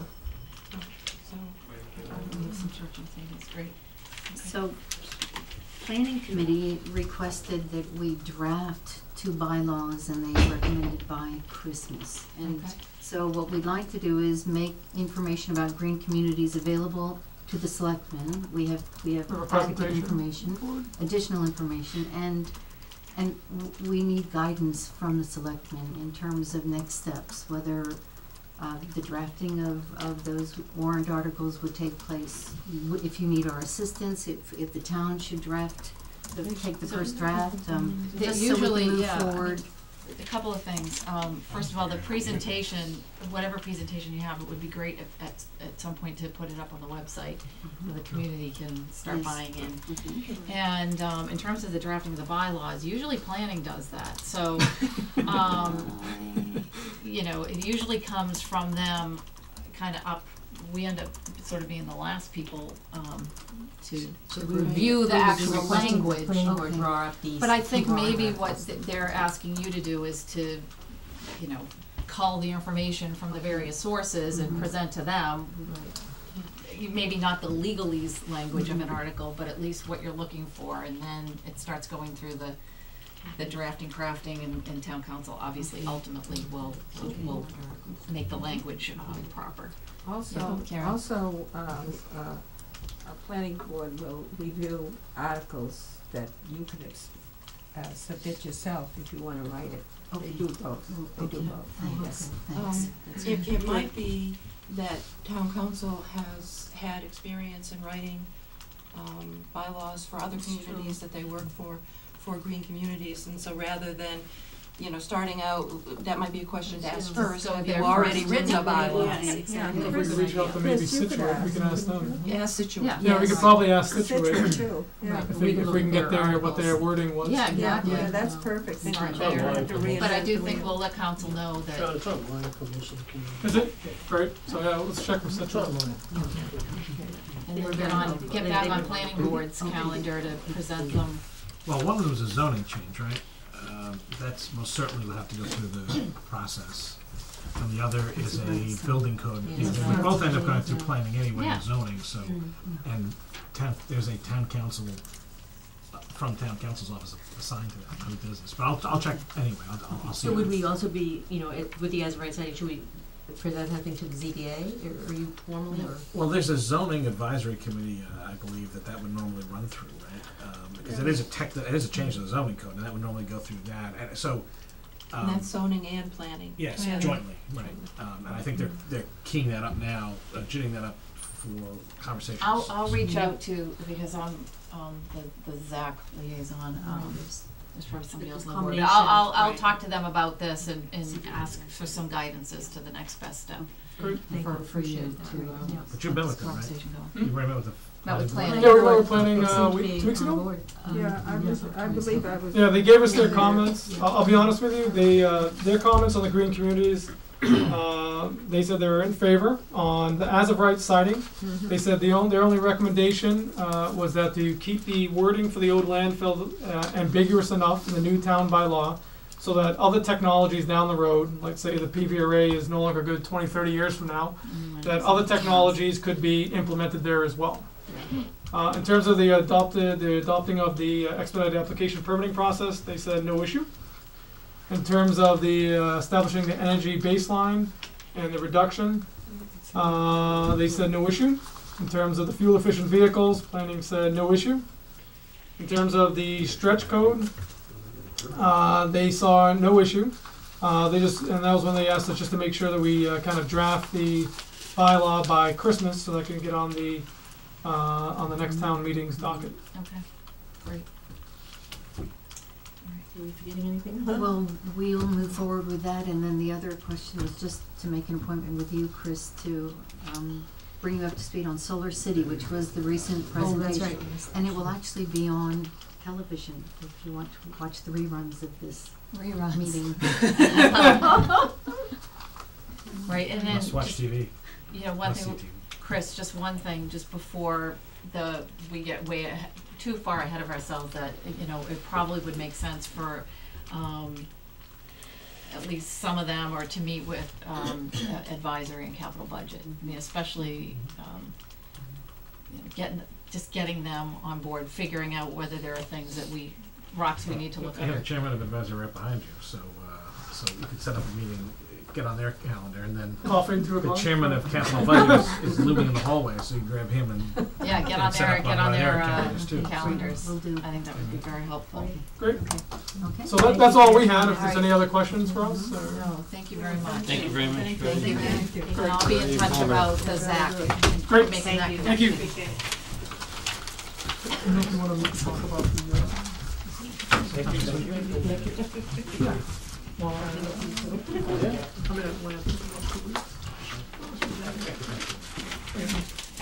So, the next thing that is on our agenda is a general discussion, relating to our goals and objectives. One of them is a, town space assessment and needs. And I don't anticipate that we need to get too deep into this, but, we wanna at least start this conversation, move and start figuring out what are we talking about when we discuss space needs, and Steve brought up something earlier, parking, so if we could just maybe try to come up with a punch list, just to begin to build more substantive conversations into our, agendas going forward on this particular important goal and objective. Well, we should be receiving a report back from MAPC on parking. That's true. Yeah, Well, they had to postpone the date because of the rain, so. And I think whatever MAPC produces is going to be a sight more than we currently have. I brought up the commentary on parking earlier tonight because one of the things that occurs to me when we talk about space needs is the concept of starting with the needs, not what we have, but what we need. And it's not just a wish list, although that can be a part of it. We've talked in here any number of times about what it would be like if you quite literally had a common without parking around it. Cars did not dot the grass, but rather they had a place to park. Okay, so that's a wish list, right? But nonetheless, as a town, we're seeing on a regular basis expanded needs for parking. Just as importantly, we have space needs to conduct our business as a town. We have space needs to conduct our recreational activities of the town, to deliver the services of the town. And the question arises, do we have what we need? And simply by looking at the discussion surrounding the potential renovation plans for Town Hall at our last town meeting, it was clear that we needed something, but we didn't really have a full-fledged plan. We have a conversation arising now with respect to delivering services to seniors, and do we have the adequate space for that? It's a very good question. I'd ask the same question as to whether or not we had the adequate space for affordable housing, for veteran services, for any number of other things. And so it's from that basis that I wanted to bring the conversation forward. Diane was kind enough to put it on the agenda. And the real question, I guess, is looking at each of you, what do we want to?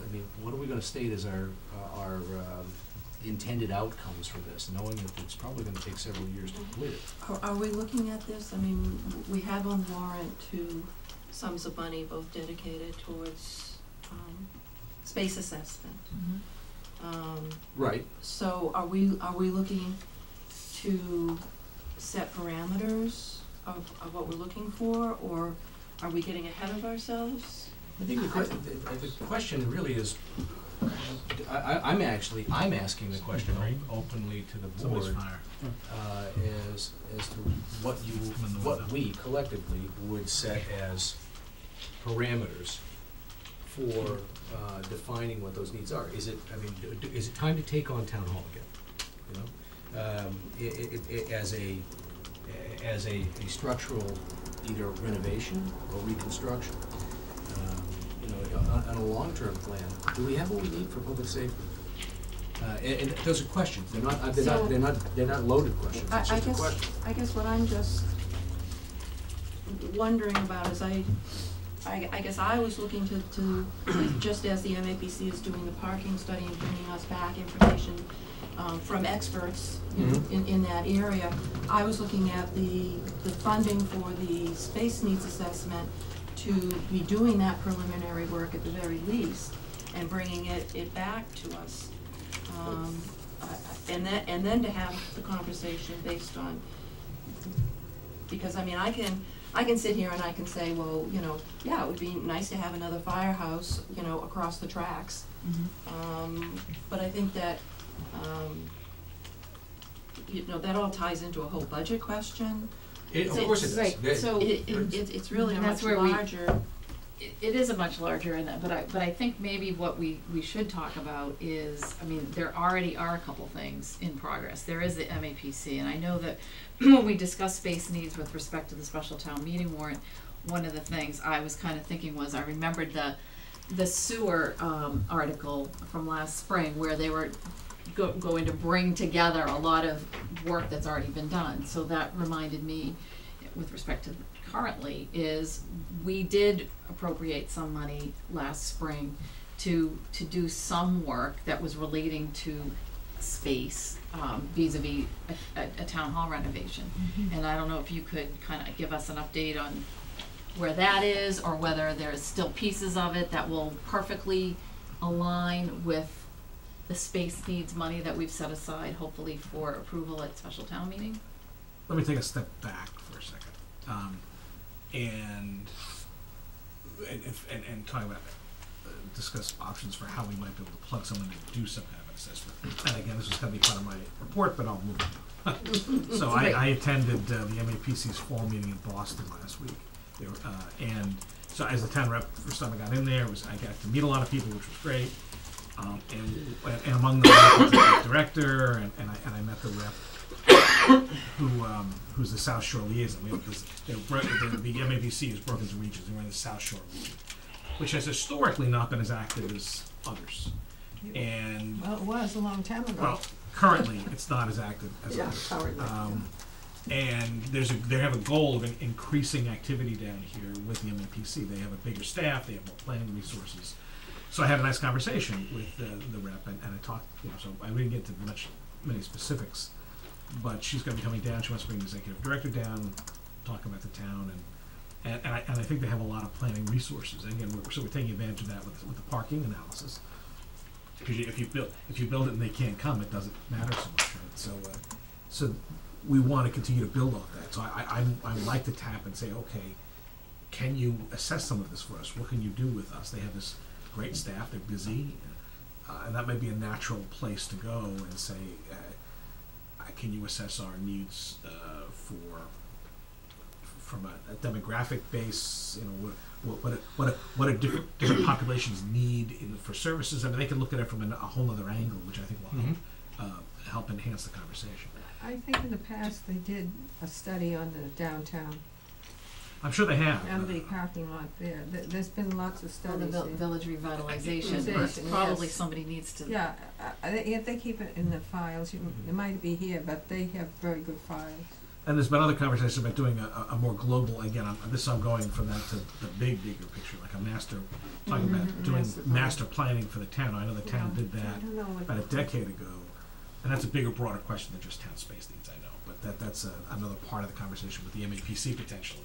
Well, it is, it may bring a larger conversation out than I had originally hoped for, but among those things to keep in mind is that, as an example, the sewer commission is undertaking a study. But independent and on its own, that's an important consideration. As part of a larger plan, it's one piece. And the larger plan in this case is really the question of, geez, where's the town going? Quite simply, where can it go? If you wanted to, could you absorb all of the sewer capacity that currently exists by making otherwise unbuildable lots now buildable? Would you want that? Would that be something that the town would consider to be a positive?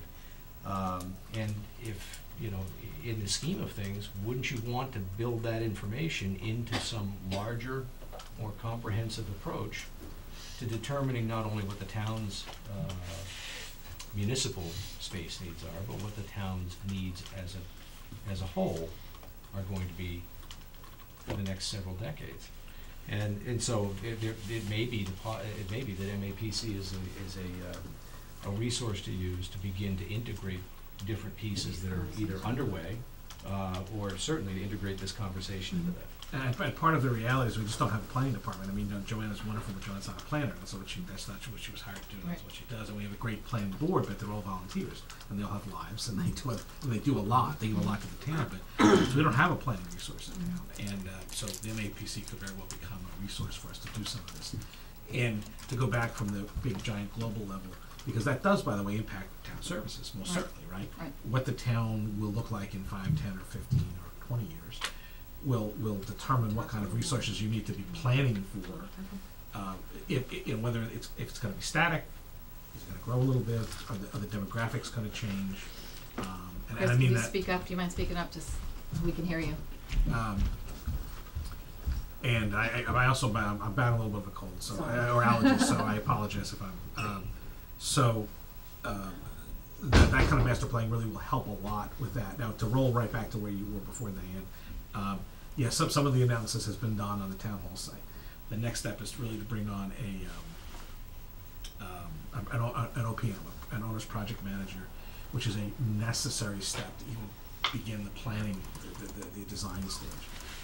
So that, Brian and I have been talking, and we've both been going in 1,000 directions. I have packets about 50 or 60 pages thick from Plymouth. So we're working to try to amend that for Cohasset, to put that out, and then find an owner's project manager. I want to get have this mini town hall committee look at this.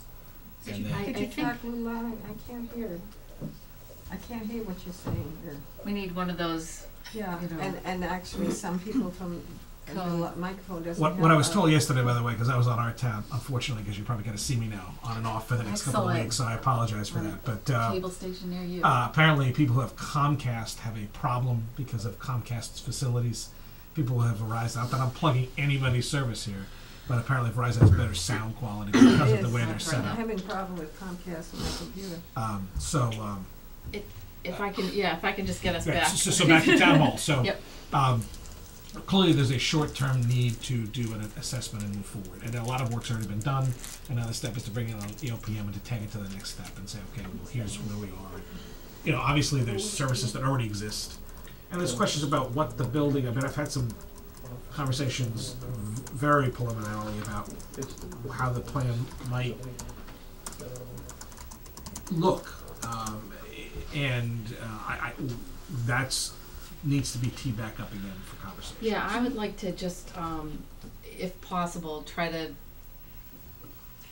encourage that this conversation is expedited and we can work on this through agendas and everything because, I remember on the town hall committee last year, we talked a lot. There were a lot of departments that met with the architects and said, I anticipate we have 3 employees now and we may grow to 4, we may not. Technology may take us down to 2, but that conversation was actually narrow, and I think that's why we put this on our goals and objectives, because we didn't talk to the schools really about where do they see their enrollment trends going and how is that going to impact their buildings. We didn't talk about public safety. We didn't talk about elder affairs.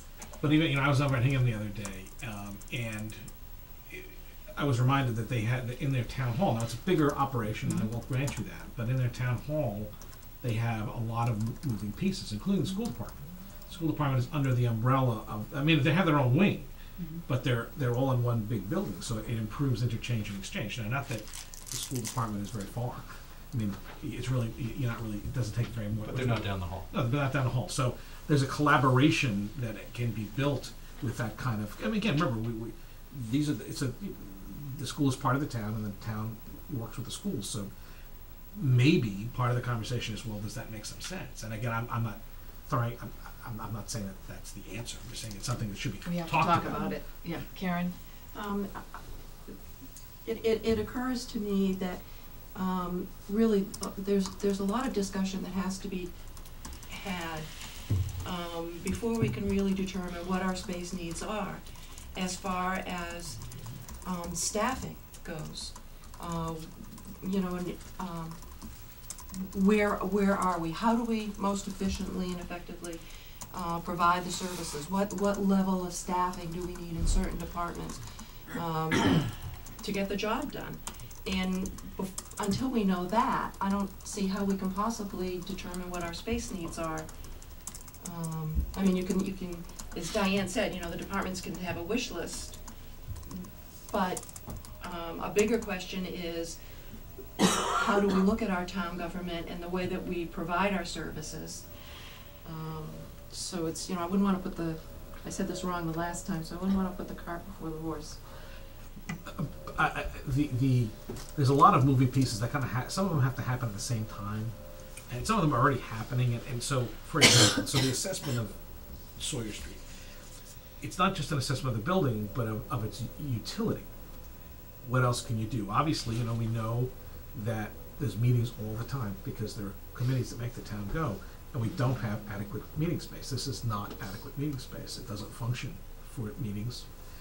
We don't have meeting space for staff, much less for the committees as well. And this is part of this. So that analysis will help do a due diligence review of that building, and if that potentially can serve some of those uses, we'll know better. We already know that the library and the Our World Museum piece,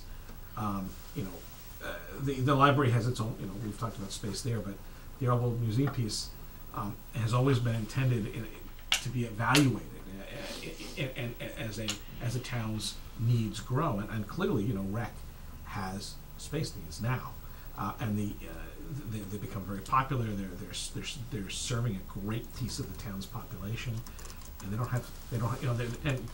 they're doing great with what they're doing, but to have a more permanent home, and again, so that's it's no secret that that's a possibility, and we have to look at what we have too at the same time. So we have to look at what we need today, where we might grow, and how we might accommodate that growth, and then from programmatic sense. Well, it's actually the reason that I wanted to bring this forward, and not that we're going to resolve anything now or next week or in the next several months. I'm wrapping it up in 2 minutes. But it's possible that we actually have plenty of space. It's possible, okay, and it's not allocated properly. I wouldn't begin to know how to evaluate that, and so what I'm actually asking is an open question of the board to think about that from the perspective of evaluating what we have and evaluating what we need. And need is not some code word for let's build. It's really what do we need. Karen makes a very good point. What do we need for staff? And I don't, by the way, Karen, I'm not sure we'll ever be able to answer that other than to say we need something and then the ability to potentially grow. And which brings us back to the whole concept of where do we want to go as a community? Because if we were to grow to, let's say for the sake of argument, 9,500 residents, 2,000 more than we currently have, I'd argue that we're going to be hard pressed, given the infrastructure that we have currently and the way we use it currently, to provide adequate services for a population of that large. If the sense of the community is, well, we really don't want to get there, okay, that impacts an awful lot of things, but likewise, it brings back into focus the outstanding question is, what do we have for space? What do we need to deliver properly that we're not delivering now, and how can we use what we have or create what we need to get that job done? Now, So- we have data from current data from the town hall And that's, committee, and I think that's, and you were in that committee, I think that's valuable. And then we have actually an old study, I have copies of it, 1960, the Benjamin Report for a town of 20,000. I thought you, but I think the town hall study would be a good place to start, because they've interviewed various people, and then maybe MAPC can help you too. I still think there's lots of stuff, because when I was on the board, we did, the MAPC board, we did have stuff here done. We did have the center, I went, because you know they wanted to put the center of town, different sidewalks and everything like that. There was a study done then, and I the think. revitalization. Yeah, and I think when the train was going through, there was some work done too, but it's in the past, so I don't remember all. There must be data here. If not, MAPC would have some. Well, one of the realities is that to do this can really become a full-time. Yes, you need a planner. Yeah. You need a planner. So I think one of the conversations as we build into this annual town meeting is, what do we want to do with that? I mean, and again, remember, a planner doesn't just plan for roads and sidewalks and parks and economic development. They can plan for the town as well. I mean, I had the luxury of having a small planning department in my prior community, and I had them do everything from parking lot design to looking at parks and and obviously the economic development and things like that too. Again, I do want to bring MAPC to the table and have that conversation. Of course, the planning board has a major piece of this, the way the town is structured. And you also can get graduate students who'd like to come down to do things, the historical societies at some too. You know, I would like to wrap this conversation up, but I definitely think it is kind of an urgent conversation, and we can talk about what, you know, what our next steps might be. Maybe we need a kind of an off-cycle seminar or, you know, workshop or something where we bring all various parties in. And to Martha's point, we do have a lot of information that's been put together in the recent past that we need to find out how best to utilize that data and move this conversation, because what's gonna happen is we are about 7 weeks away or 6 weeks away from the holidays, and we're gonna be hitting January 1st, and we're gonna have to start queuing up articles for town meeting then. So if there is something major that we need to do, we better start having those conversations now, and probably outside of a business agenda for the Board of Selectmen. Does any of the other selectmen have anything to say? Okay, Agnes, if you don't mind coming up. Agnes McCann, 104 Dome Street, and Paul Pratt Memorial Library Trustee. I feel obliged to mention that among the resources or the things that a planning study would look at is the library's long-range plan, which from the time we went into that building, I don't know if this is the second or third iteration, has always perceived that space where our world is now as part of the library's future. Another thing, Chris, just, and I don't even know if something like this is possible, but do we have, and could, at some point when we have this bigger discussion and focusing on just this, do we have kind of an asset list?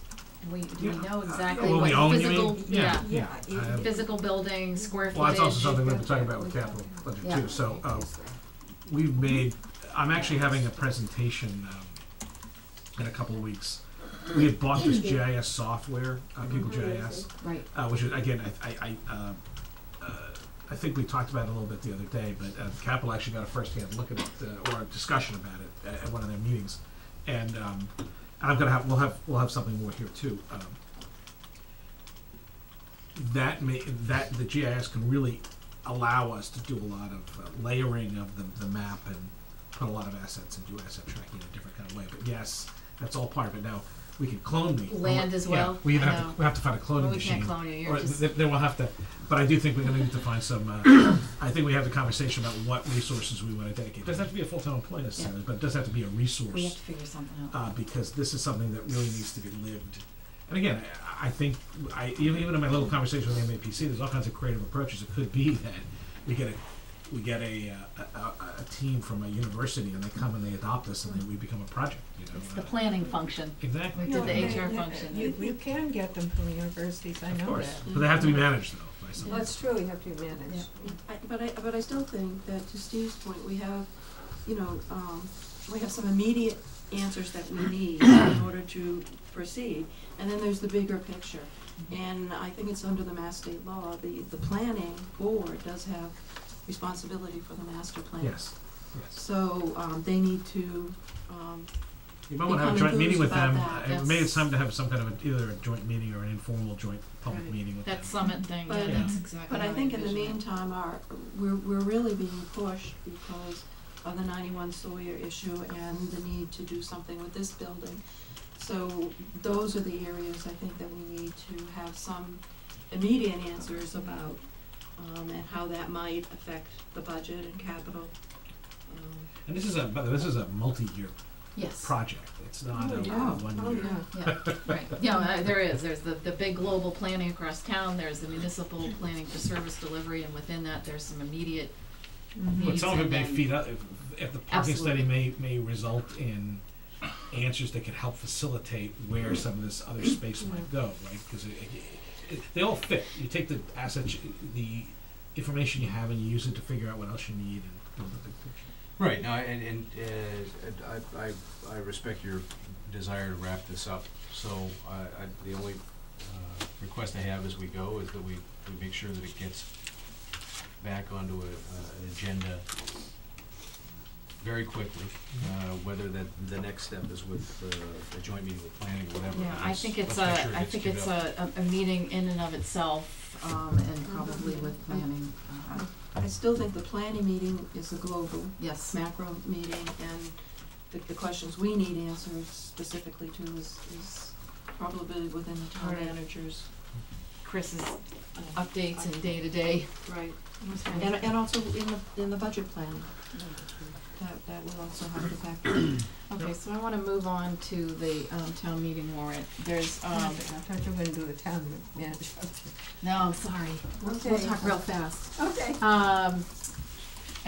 There are a few articles that we haven't voted to recommend. If the board feels that we have enough information tonight, we have the chair of advisory and, capital budget, both of, we were sort of waiting for each, the committee to opine on some of these, so, if we feel we have enough information based on what they can update us on, and the board wants to vote to recommend, we'll do so.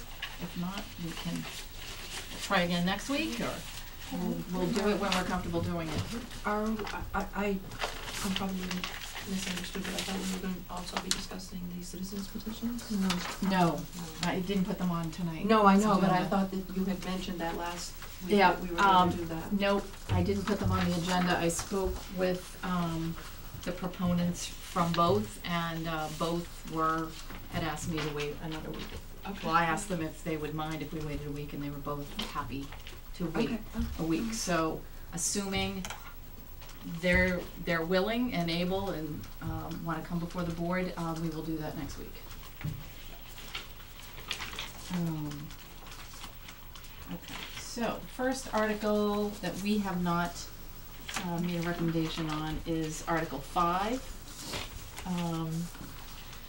This is the allocation of funds for one-time costs. Did capital budget discuss this? Yes, we did. Jack, do you wanna come up here? Sure. Peter, you wanna come up so I can just go like this? I know that you've already given us the votes on at least this one from advisory, but, so this is an allocation of funds for one-time costs, including various road repairs, other facilities, $50,000 for facilities, $30,000 streetlights, $15,000 analysis of department program space needs, $30,000 for facility rental expenses, and a sewer, $150,000, which will come out of their retained earnings for some structural needs that they have at the wastewater treatment plant. Jack, wanna update me? Did you guys vote? Yeah, we went through tonight. Okay. I just wanna make a general comment about the warrant. A lot of capital items got put in different places. Usually we have one article that deals with all the capital items and we just vote on those. And we found this time around we had to kind of pick through the warrant and pull them out and take a vote on them. We've had numerous discussions with Chris and we're okay. We realize this is the first time through this year with Chris and we're gonna work hard to have a little more structure for the annual town meeting. So having said that, what we did is we went through all the articles and we picked out the stuff we thought was capital and we voted on it. If it wasn't capital, we stayed away from it. So, and I apologize that I didn't pick up on it either, but, it was basically, there are capital items that are in other sources of funding, which is why they didn't show up under capital. No, The capital improvement budgets are all coming from the capital stabilization fund? I don't know exactly how where this happened. I think a lot of stuff just happened. Okay. I mean, for example, in Article 5, there's an ask for $150,000 to repair the inside of the wastewater treatment plant. You know, it's painting and things like that. Right. You know, we've been having discussions for the last couple of years about whether or not the town owns those buildings or sewer owns those buildings. And I thought Interesting. last year, before Chris had come here, we had agreed that the town was gonna maintain the buildings and we were gonna have a capital plan for all the buildings. Okay. And, you know, again, it's an issue we probably need to come back to. I would argue that the town should manage the maintenance of the buildings, not the maintenance of the sewer or the water department system. We're not really qualified to speak about that. But for example, at the water department, there's a leak in the roof. And it's, you know, who knows how long it's been there, it's probably been there for a while. You know, the water department commissioners are dealing with things like rate increases, improvements to the system. I would argue they shouldn't be looking at the buildings, right? So things like, you know, building maintenance there's no plan for it. There's no plan for any of the buildings in town. And we just like to see more, we'd like to see the lines of authority be clear and then have a plan in place to take care of our buildings. You know, we have the extra capital now, why not plan for it? Diane, I'd like to ask him a Sure. question. You don't have liaisons, the different boards that you ask them to Yeah. give you a list of the projects you might like to have? Yes, we And then do. form a 5-year, you still do? Yes, we do. Yeah, I haven't been paying attention, that's. Yes, and sometimes, I mean, it's not true now, but sometimes Yeah. some of the commissioners get prickly about what, you know, they consider themselves an enterprise fund, and they sometimes feel like governance-wise, they're separate I from see. everybody else. So, I mean, that hasn't been the case now, but we'd like to have a more comprehensive plan for all the physical buildings in town. Well, in the That's physical all. building, we're That's starting right. carrying. And I don't think that's controversial, I mean, I think No, everybody no, agrees. I'm fine. 100% on board with you for all the, Absolutely. you know, the town buildings. The school buildings really are under the jurisdiction of the school committee. And, I don't I confess I do not remember what the bylaw says in regard to sewer, but they do have a capital stabilization fund. They do. And the water, I believe, has special acts. They both have stabilization. Yeah, and also has a stable, but I believe they have special acts that say that the water commissioners have jurisdiction over the buildings as well as the structures, Yeah, and I don't know as well about- as We this, could as figure well as the I just- system, and they have, so I think that, yes, those are questions that should be, addressed and determined. Yeah, I think, you know, something that needs to be taken into account with the sewer is that not everybody in town has sewer. So should everybody's tax dollars be maintaining the sewer building, so, you know, those are. Everybody has water, right? Yeah, And that's not right, everybody has water, water, so no. should North Cohasset be, you know, supporting, so I think that those are things that right. are bigger questions that might need to be answered, but I do hope, you know, in my first term, that was one of the big issues, was establishing some kind of a funding mechanism for maintenance, and it has happened in the past couple of Yeah. years, and I assume that it's going to continue on. And I think there's a lot of cooperation between all the parties, and I think, you know, maybe, I don't know what the solution is, it's probably a political solution, but, you know, I mean, I always feel like the enterprise capital funds are supposed to go towards maintaining, this is my opinion, right? They maintain the systems, right, and the buildings, I mean, part of that capital fund could go towards the buildings. You know, part of it could come from capital budget of the town. But, you know, the thing is getting a crew together who actually are responsible for doing this. We kind of do it haphazardly in this point. We gotta nail this conversation down at some point, Yeah. not tonight. Go ahead. Just a point of clarification is that the original bylaw, and it has since been amended, but when it was first rewritten, it was written such that the advisory role of the capital budget committee would be preserved, advising on capital expenditures regardless of their funding. Oh, absolutely. And so it doesn't, you know, from that perspective, it doesn't matter that $150,000 comes from Oh, I don't sewer. question that. No, I didn't think you did. I didn't think you did. No, it's just a point of clarification that the role of the committee is to advise upon the expenditure regardless of the source. And capital is capital, and that was the reason for the definition of capital. Yep. So, Got it. So, so just to get back to Article Move 5, right so we keep along. moving. Thank you. The 100,000 we thought was a capital item for road repairs and maintenance. That's above and beyond the money we're putting into the road stabilization fund. So we thought we should vote on that. The 50,000 was miscellaneous public works projects, and we thought we should vote on that. And then there was $150,000 for, you know, repair and maintenance of the sewer building. So out of all of that, we thought those three, and we voted approved, 4-0. Can I just ask one question? Sure. So the $30,000 for the streetlights, That is to cover an operating expense. You know, we thought we would own the streetlights by this point, and there's been all sorts of issues Got it. around that. So we felt that was Peter's responsibility, not ours, to opine on that. okay, thank you. On the various road repairs and maintenance projects, did we get the list up that is relatively detailed of, did you review that, what we're getting for the $100,000? We did briefly. What is it? I'm gonna apologize. That was supposed to go out in your packet this week. Did it? Oh, No. we did. I can print it out and give it to you before we're done tonight. There's 4 pieces, really 3. The repair, the replacement of the mechanism, the electronics that run the traffic light at Sawyer and Ripley. That's 1. Repair and or replacement of storm drains in various locations around town. And these are all off-cycle work that been done in the winter. You can't pave them. Were the locations listed in this piece? No, not for the storm drains though. It's really, I think it was 30 that he's gonna, 30 of them around town. And he's, again, part of it is he needs to go assess, and then if he needs to just rebuild it and replace the top piece, he'll do that. If there's more damage, he'd have to do some reconstruction. Because part of it is just also assessing them. He needs to go around and start assessing them more and getting that. But he needs to have the pot of money approved Right. to So make if the he changes. finds it and it's a problem, he can fix it right away. And this also, this kind of an allocation lives. It doesn't end at the budget year. It'll roll. If so, he doesn't get it all done by June, he can keep working. The other is there's a federal mandate to replace street signs and traffic control devices, and it would be a $50,000 pot of money to be able to start doing all of that, as opposed to the piecemeal way he's doing it. Yeah, when the Fed made that mandate, did they provide any funding for it? What do you think the answer to that No, is? they never They give did you not any provide any funding. And it started with big cities and it rolled on the way down, so we're now, the implementation requirements are hitting Cohasset now. So that's really a requirement, that $50,000. Yes. We don't have much of a choice there.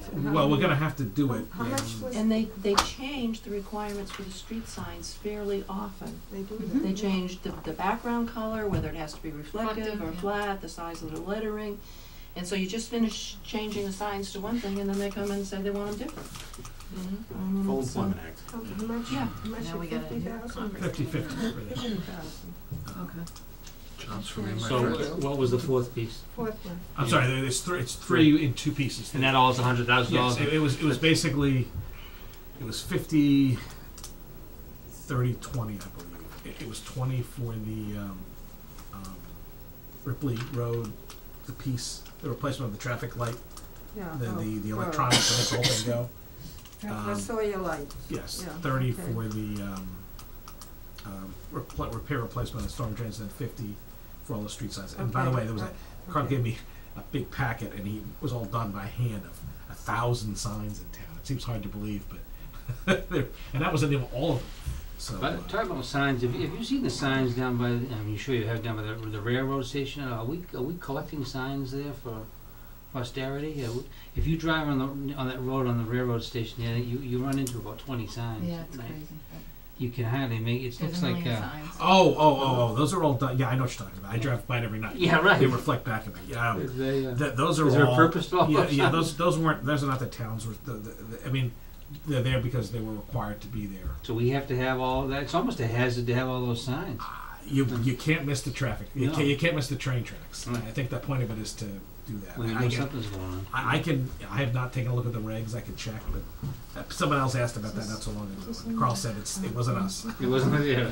Yes. So that 100,000 made it through the Right, committees, and that seems Right. pretty good. Advisories was okay with it. Again, I apologize to Jack for not running this to capital earlier. So So Jack, capital budget pulled out the 3, And voted on them. voted on them, Mhm. and to recommend them to town meeting. Yes, for nothing tonight. Chris, what do you, how do you anticipate queuing up this particular article in terms of motions? Are you gonna separate them, or?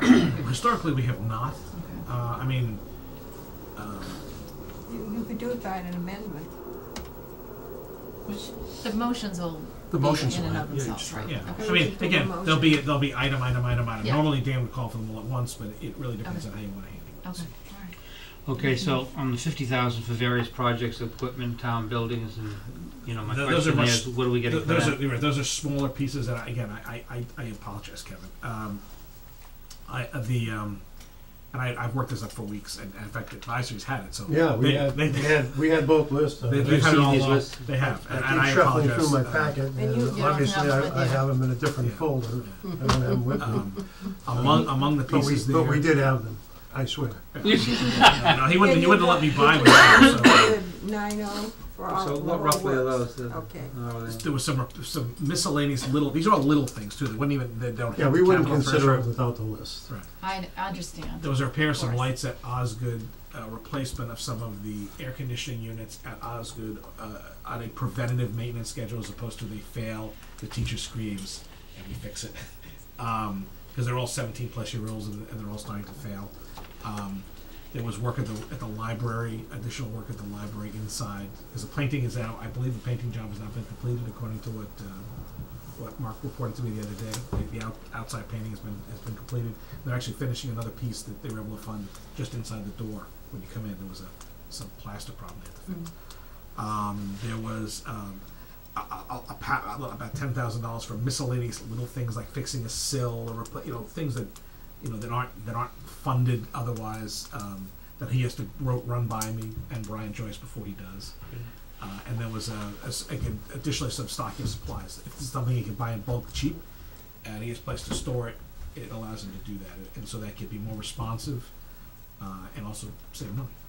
Now, when you wouldn't put all these details in here, but when the motion's made, Yes, is there yes. some level of detail so that Yes. when citizens see this, they're gonna see what they're getting for the 100,000? I'll include that memo or some version of it in the packet that everyone sees. So that people can see it so that when it comes up for consideration on the floor, it can be referred to, here's the list of things you're getting. I think it'll. Yeah, and we did that for annual town meetings. Exactly, I think it'll make it, I think the citizens will appreciate that, they'll know what they're voting on and getting for their money.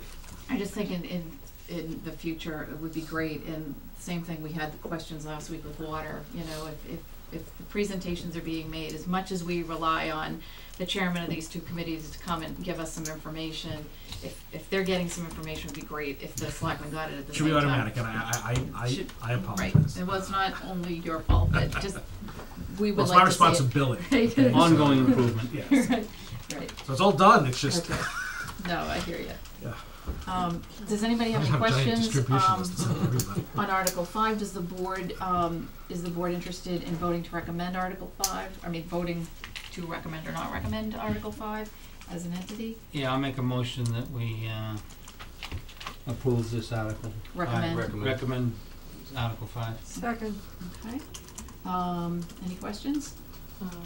I have some concerns about one of the issues, the $30,000 for the facility rental expenses, and I'm uncomfortable voting on this article until I see the motion. Okay. So we do have a motion to recommend and a second. I'll call for a vote. All those in favor? Aye. And Karen, you want to be I'll an abstention? Yes.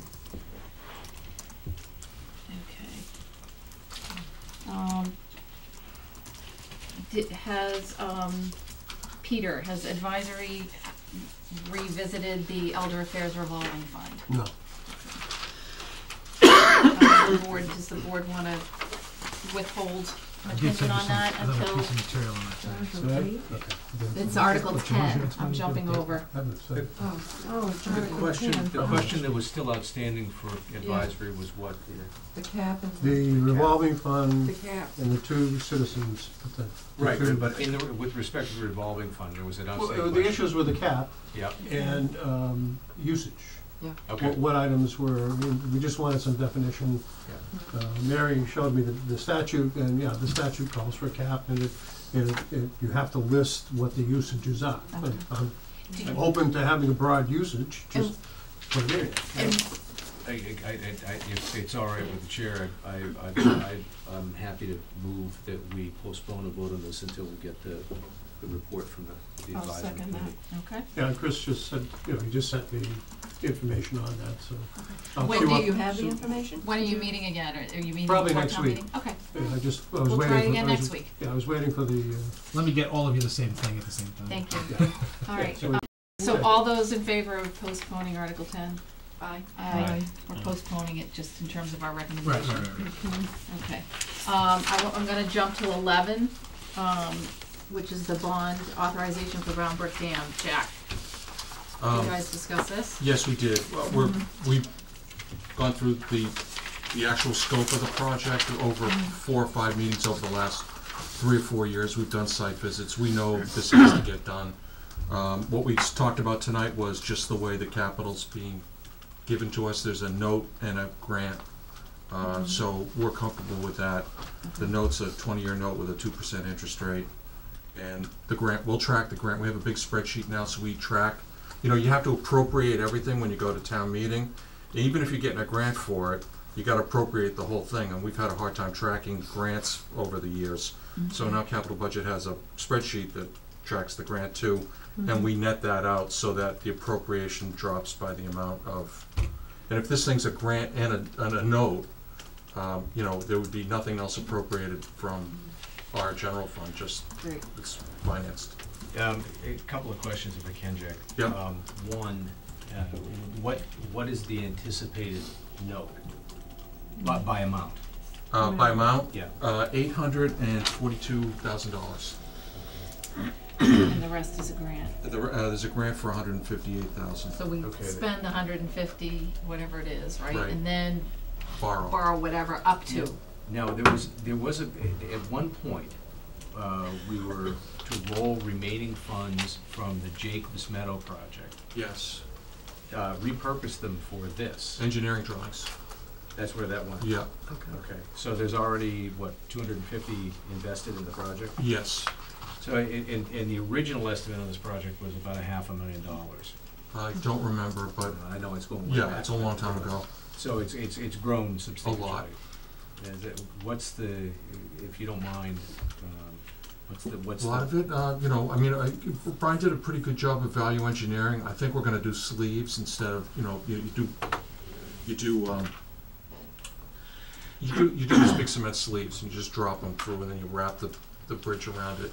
And he did some nice value engineering on it, but, you know, as a town, we have to pay prevailing wage, right? And that just skews everything we do. But that's the Okay. law. I mean, there's just no way of getting around that. The scope of it has not increased at all. And I think back then, you know, 3 years ago, getting construction crews was very, very inexpensive because nobody was working. And I don't think that's the case anymore. Okay. Everybody's fully employed.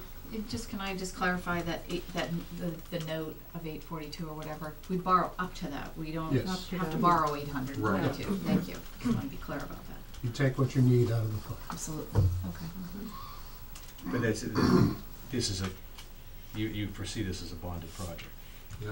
Okay. Or actually, we wouldn't You need don't to bond. bond it. It No, would we be don't need to bond. revolving funds. We just have to Okay. approve this. Yeah, this Got it. actually would be bonded through a state program, and then we'd pay. They do. We just Right. Yeah, the Right. loan part is a state. It's a revolving fund. Yeah. Okay. So it's, Well, it's a, yes, but it's, Comes we have out to of a pay them, trust. yeah, we have to Comes pay out of a them a trust. set amount every year, like a bond. Right. it's like MWRA and the water stuff. My point is that there's not going to be there's no underwriting cost associated with it. No, not Thank for you. us. Okay. Okay. And you the Yeah, capital 4-0. budget We recommended recommended it. Okay. All right. 5 or 4? There were only 4 people tonight, so it's Okay. 4-0. Okay. Thank you. Does anyone want to make a motion to recommend to town meeting Article 11? So moved.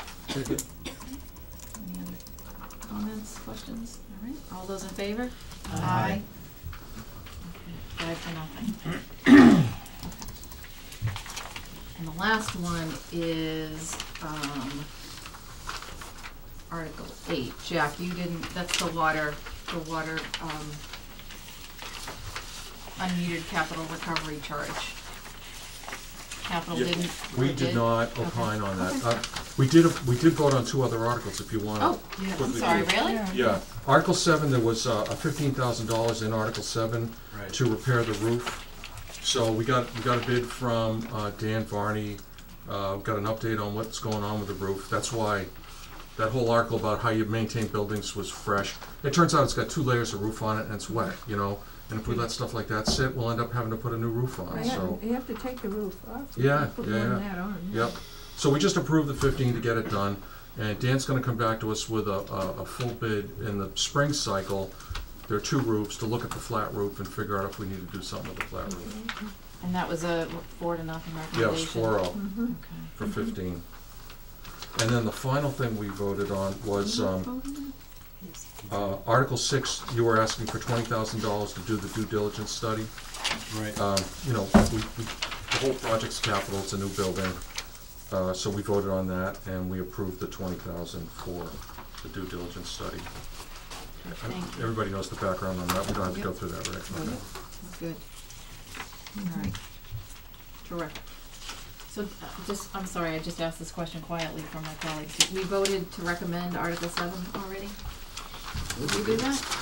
Do you know, Tracy? 5-0. Yeah, all right. Yes, I Okay. have 5-0 Great, too. okay, so we did that. All right, so the only thing right now that we have not voted on are the citizens petitions, which again, we're not doing tonight, and Article 8, which is the water department, rate, recovery charge. So I'm gonna invite Leonora up. Thank you. And Jack, I'm gonna See you dismiss. guys. Yeah, thank you. Thank you. Thank you, Judy. Thank you, Jack. Thank you both. Peter? Madam Chairman, One second. Yes. Can you, could I ask you a question? sure. On this article, Agnes McCann, 104 Dome Street. On Article 8, Yes. okay? Can the board tell me what the sense is of, in the quote, new paragraph, an unmetered capital recovery charge will be charged to all properties receiving water service from the town, identified by the Board of Assessors as other than single family for each unit.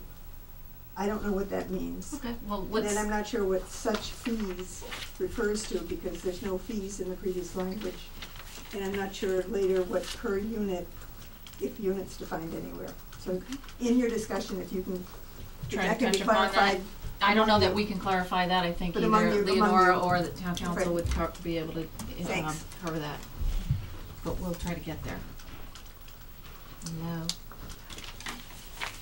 So Lee, we, the last time, we talked with, the chairman of the advisory committee, and they had information that we didn't have, so we asked to get that information, which Hopefully you have it now. which we were given, yes, which I can't find.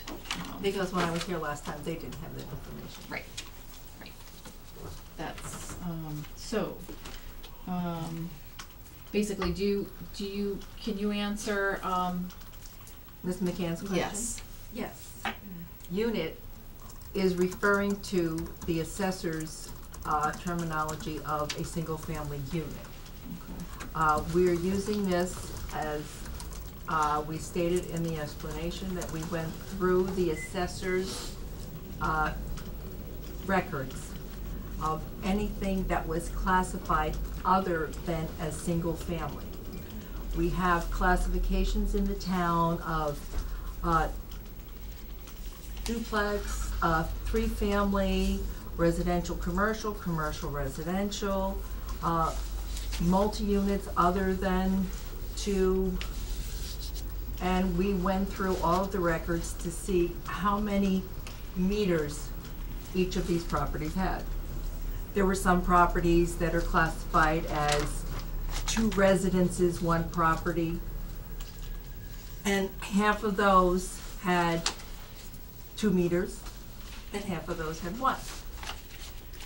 And if you could see from the example that I gave you in number 1, a property like that, the people who had 2 meters are basically paying on average $95 more a quarter than those who had 1. Then we have, the condo units. There's some multi-condo units that have 1 meter, and some have multiple meters. And taking a look at number 2,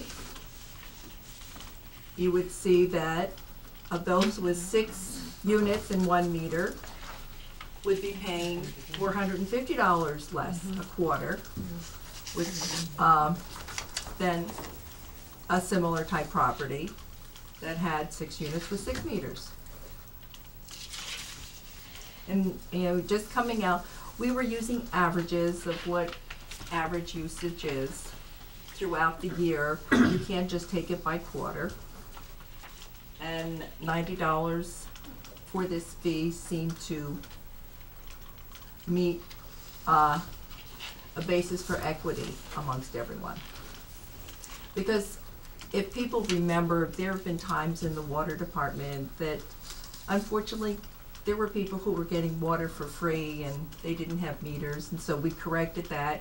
But this is just something else that we found in the last recent months, that it appears that people are not paying on the same basis for all the services and upgrades that they're receiving.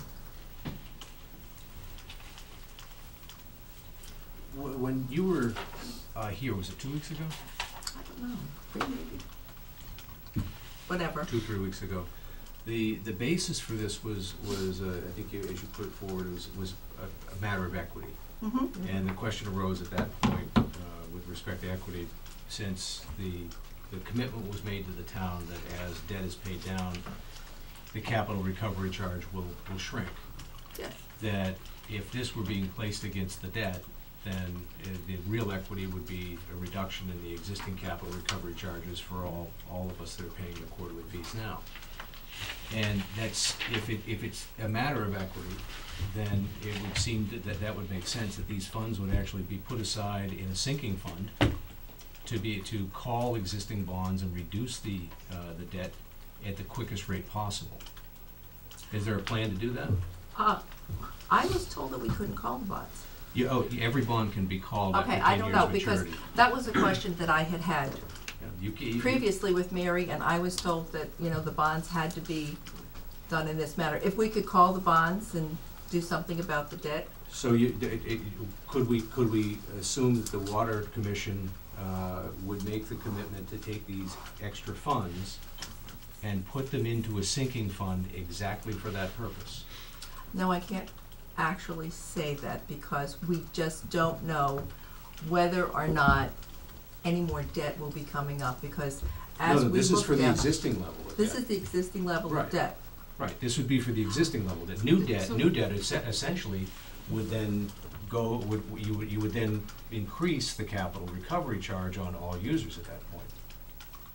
Possibly. Well, I mean, if Yeah. you're thinking of it in terms of equity, that would be what would make sense. The operational structure is to carry more fixed revenues to build against fixed costs, right? Yes. Okay. See, So, but as we have shown you, that this has not covered our fixed cost over the last couple of years. no, it was never intended to cover it. It was No, but I intended mean, to cover a majority of it. a majority of it. It's covering 2/3. Right, and previously it covered less than a third. Yeah. So, But then we had more debt that was put on us that we were not anticipating also because of rescheduling of debt. the point is given the water department's debt, the extra $1 million that was put on, I agree with you. It was questionable at best. But having said that, it was a drop in the bucket. And so See, but my it caused the question spike. then comes back to, is this truly a matter of equity? From our perspective, it is a matter of equity, because this way, everyone will be paying into the infrastructure and the debt. Right, but it doesn't, but from what you're saying is everybody's paying into that infrastructure and debt, but actually the money, the additional funds themselves aren't going to reduce the debt any more quickly, right? Because what you just said is that you have no specific intentions, and there's been no particular discussion to set aside these funds into a sinking fund. Well, no, that never came up. Right. So the funds then essentially flow to revenue. As the other capital recovery funds are. Yeah, they flow to revenue, and then but the basis for doing that is to stabilize the base of income, right? And my question is, since the user base is identical, we haven't increased it, all right? And now you're simply finding a way to charge individual users that otherwise are not metered that same capital recovery charge, and the debt hasn't increased. Shouldn't that go as a matter of equity to lower the costs of folks who are paying the larger charge. Okay. If you're talking about equity and lowering the cost for everyone else when this comes in. Oh, that I'm what actually you're talking saying? about equity as an equal. Right.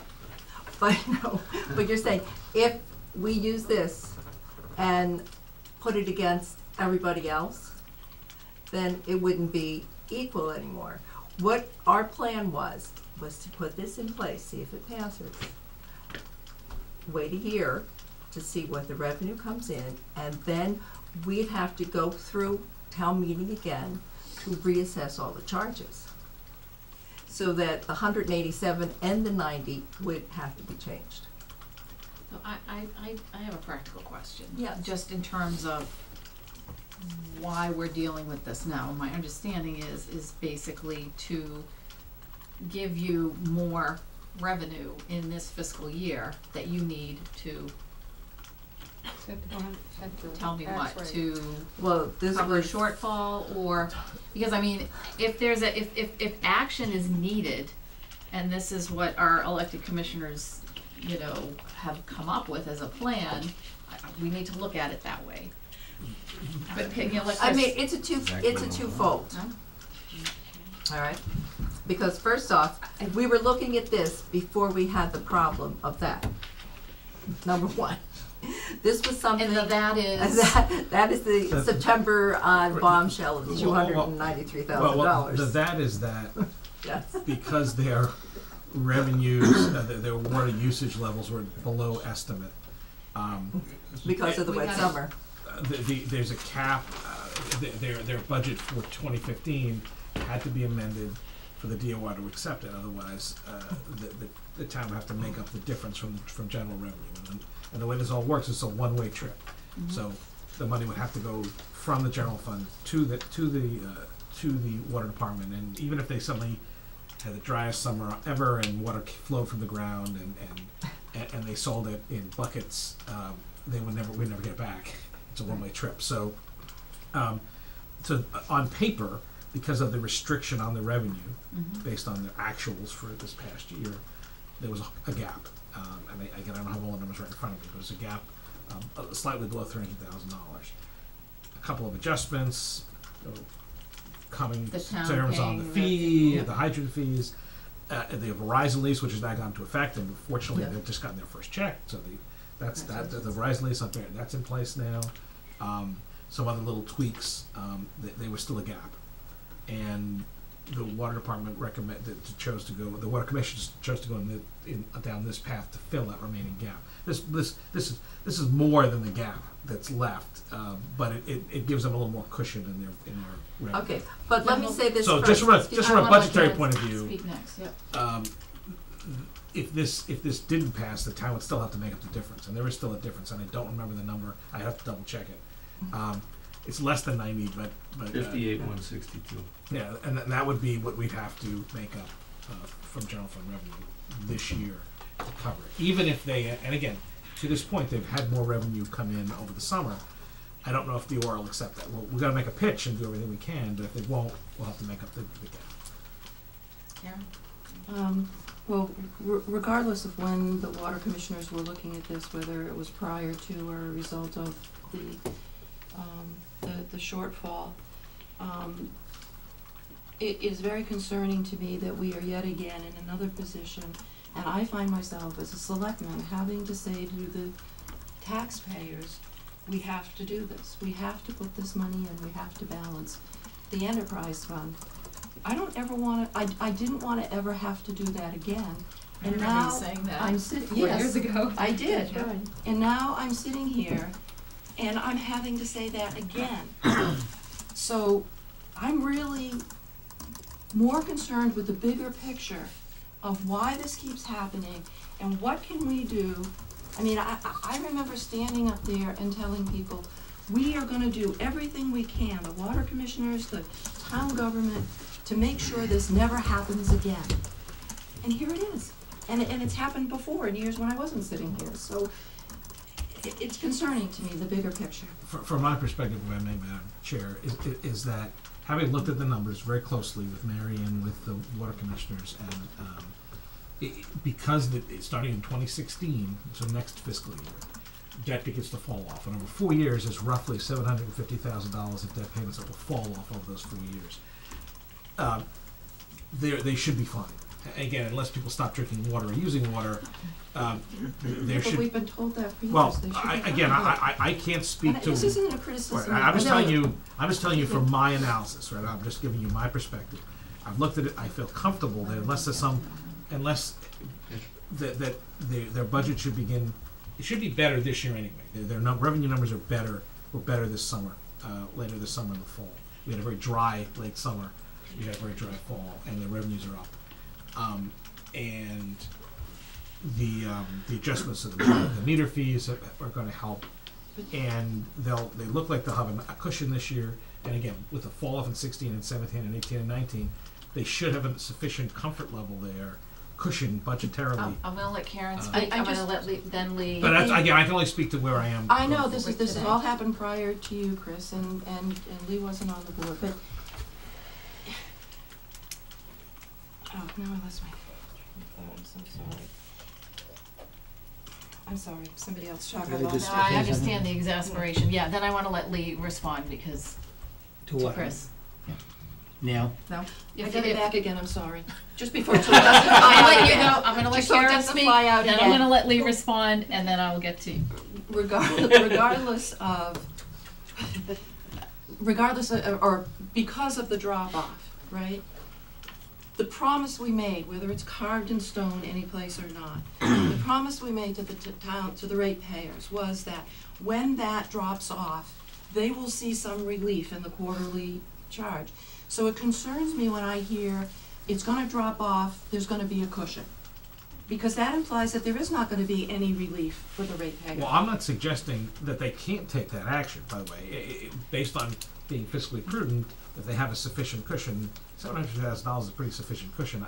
If they choose to reduce that charge, they should be able to do that based on the numbers I'm looking at today. Obviously, it's got to be something they look at after this year and after the year after and the year after that. But it does appear that they will have once they build up a little bit of stabilization, not stabilization, retained earnings. Sorry, they should be okay. And as long as it's actively monitored, which by the way, you see it every month, I see it every month. Look at where the revenues are, look at where their expenses are. They look at it the same way. We should be okay.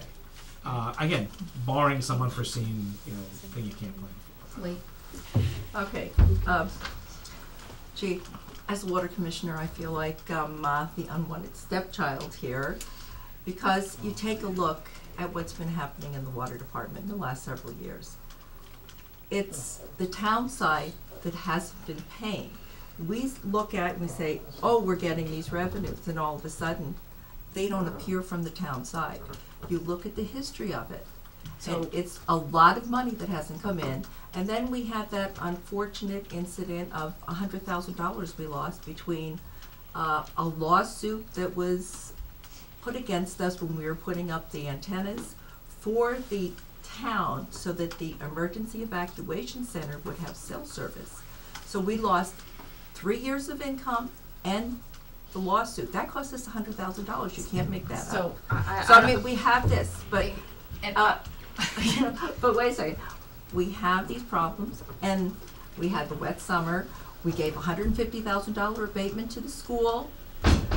We reduced the rate for the town to a flat rate that cost us $70,000 a year.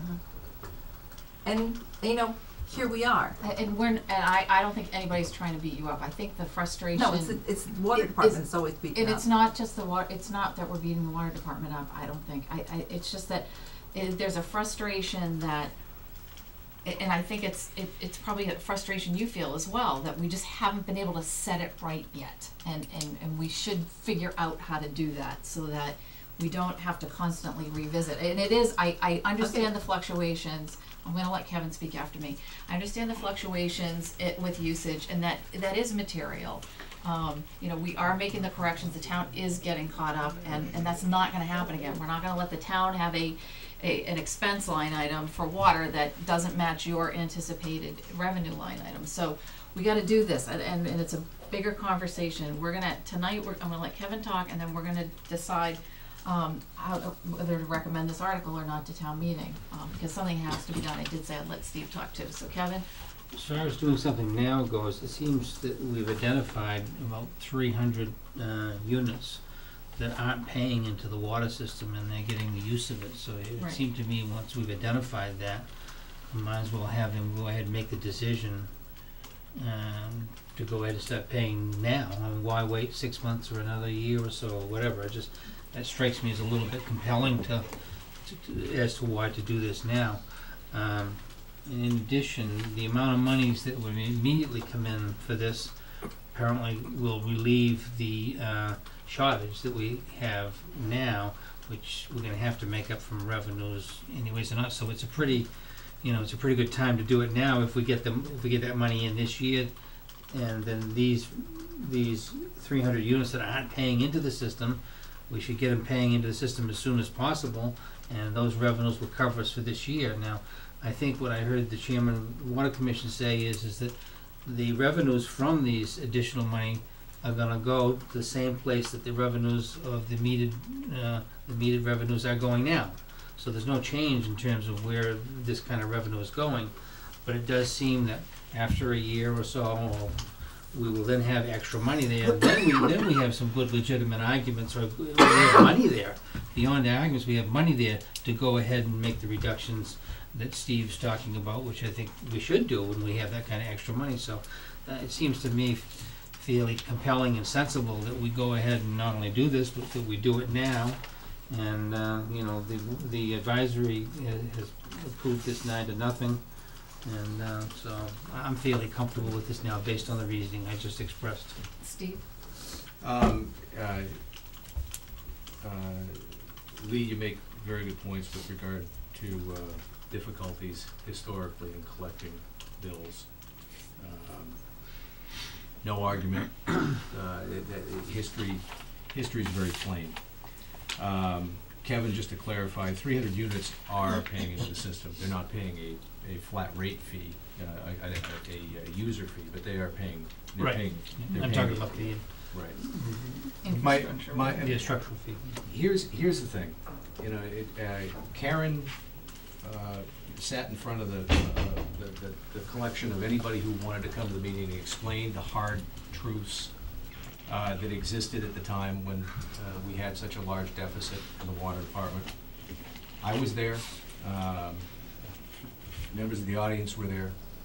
And we did make a pledge, and that we would do everything we could to reduce that very high quarterly fee, the capital recovery charge, as quickly as we possibly could. And as a matter of fact, as debt began to roll off, that would come down. And as I remember very specifically, the chairman at the time, Chris Seebeck, was unequivocal in his approach to that.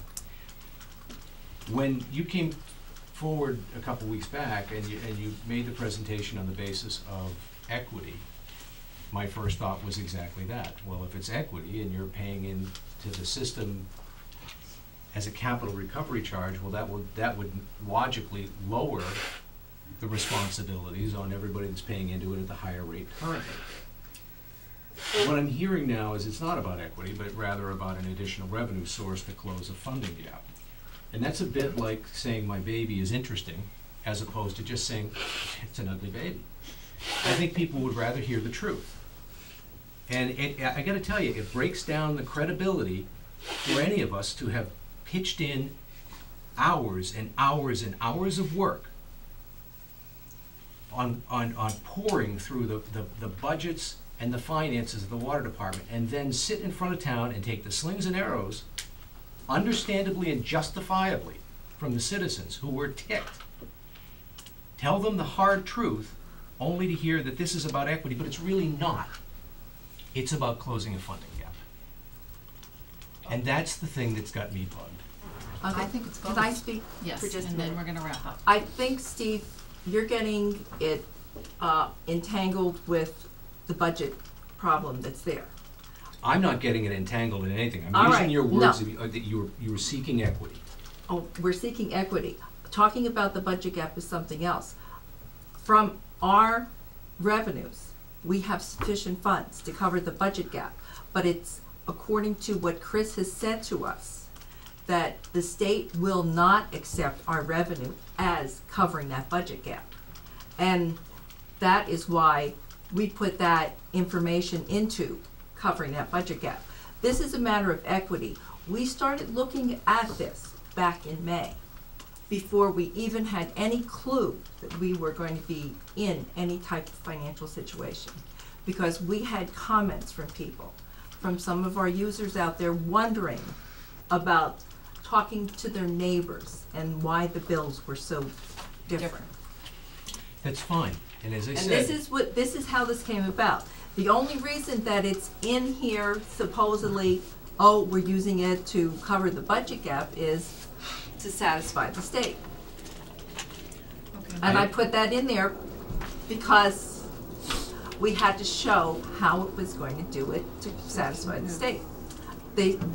We have $97,000 more in revenue. We didn't need that 54,000, but as I said, Chris told us that that would not satisfy the state. I would love to, if that's the case, then put it in a sinking fund and refund the debt as soon as possible.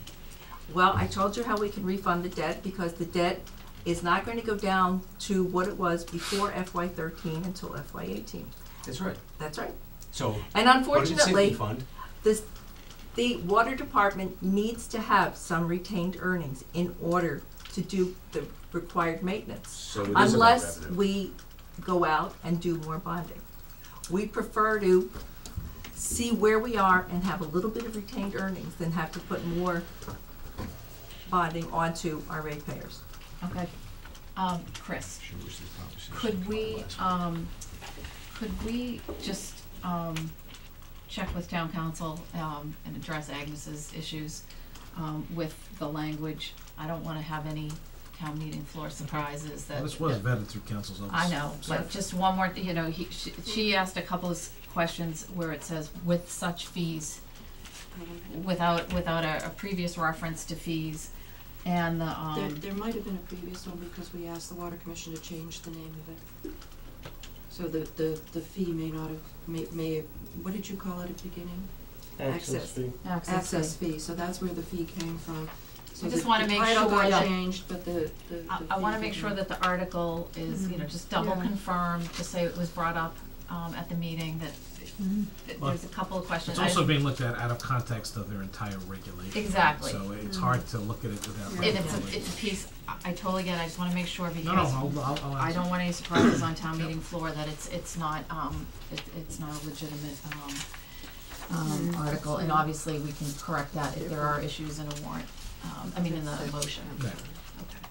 Okay. Is anybody interested in making a motion to recommend, we have a advisory recommendation 9-0, Water Commission 3-0. If anyone wanna make a recommendation to recommend this to town meeting? I make a recommendation that we recommend to town meeting Article 8. Is there a second? I'll second it for the vote. Okay. All those in favor? Board knows any discussion? Oh, any discussion? I would just like to say that, from my point of view, the fire hydrant fee, I know that there are different opinions here on the board and in the water commission, but from my perspective, the hydrant fee has the same issue as whether it's filling a gap or not. And I've said enough about that in the past. I just really, I know we have to do it, I know the money is going to have to come from someplace. I just, I mean, clear it's a bitter pill we're swallowing, and I would imagine the water commissioners feel the same way. I think the other piece of this is that, this is coming from the ratepayers, or as opposed to the town. Yeah, also, we're talking about, advisory's approved this 9-0. Water Commission 3-0. I know they've scrutinized it, I've seen them talking about it thoroughly in a meeting. One of the things that frequently comes up in this is that citizens or people who look at this, look at the C90 and say, why are you stopping at 90? Why isn't it more?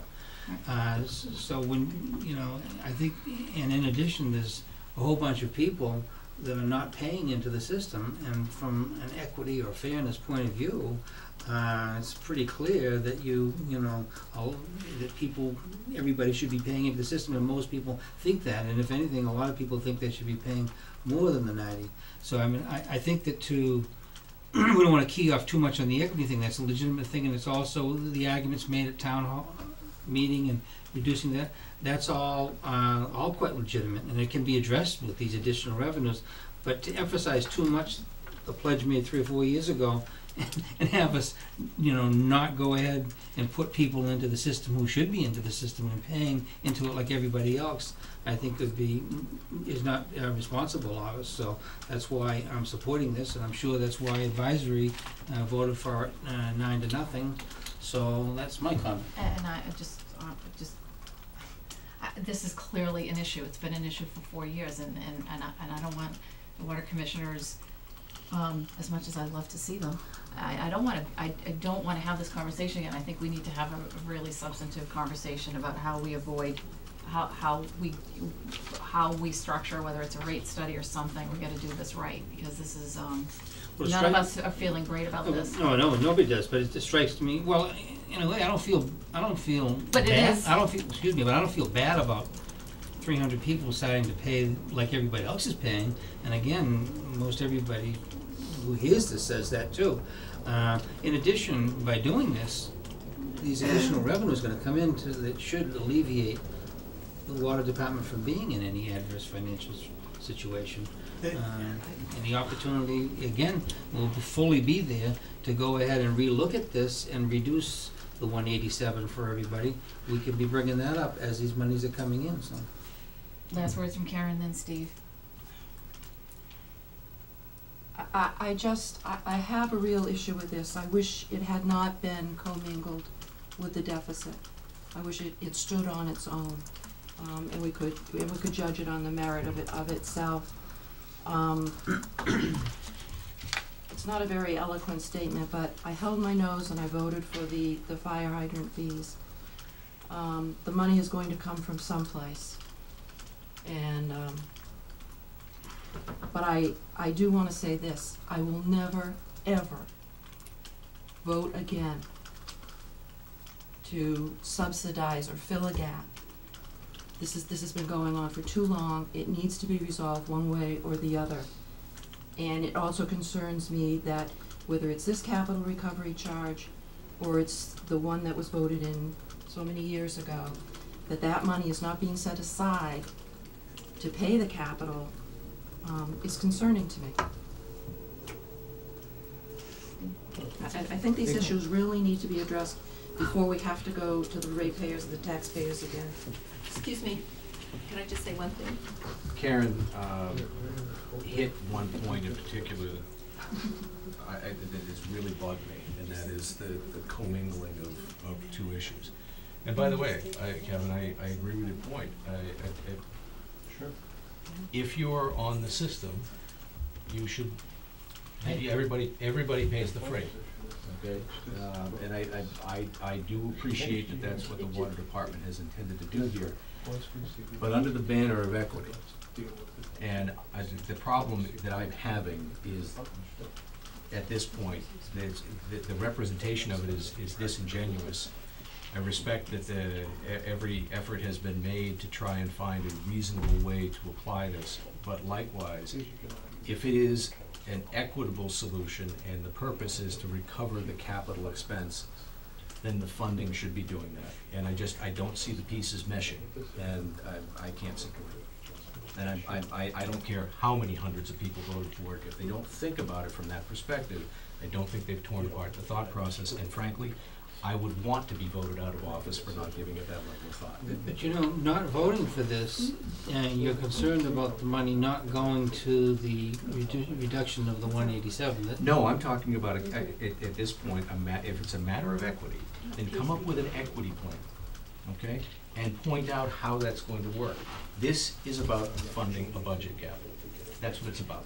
Well, And I think it needs to be Not expressed. from what to be honest with you, Steve, from what I've heard, I've been to the water commission meetings, I've heard the advisory. I think you're getting carried away with the equity argument and thing. I think that's the way it was Excuse me, let presented me 3 finish. weeks ago. Well, So so, how should I? okay, but just because those words were used, we don't wanna get too lost in them. I mean, there is. Well, they have meaning though, Let me right, fin- Kevin? Well, let me finish. Equity is clearly part of this, because people aren't in the system. 300 people are not paying, wait a second, and we're only having them pay, 90, not the 187, so, equity is clearly part of this. There is these additional things. There is the fact that it is tied up, in terms of the budget shortfall, and there is also this funding not going to reduce the capital expenditure.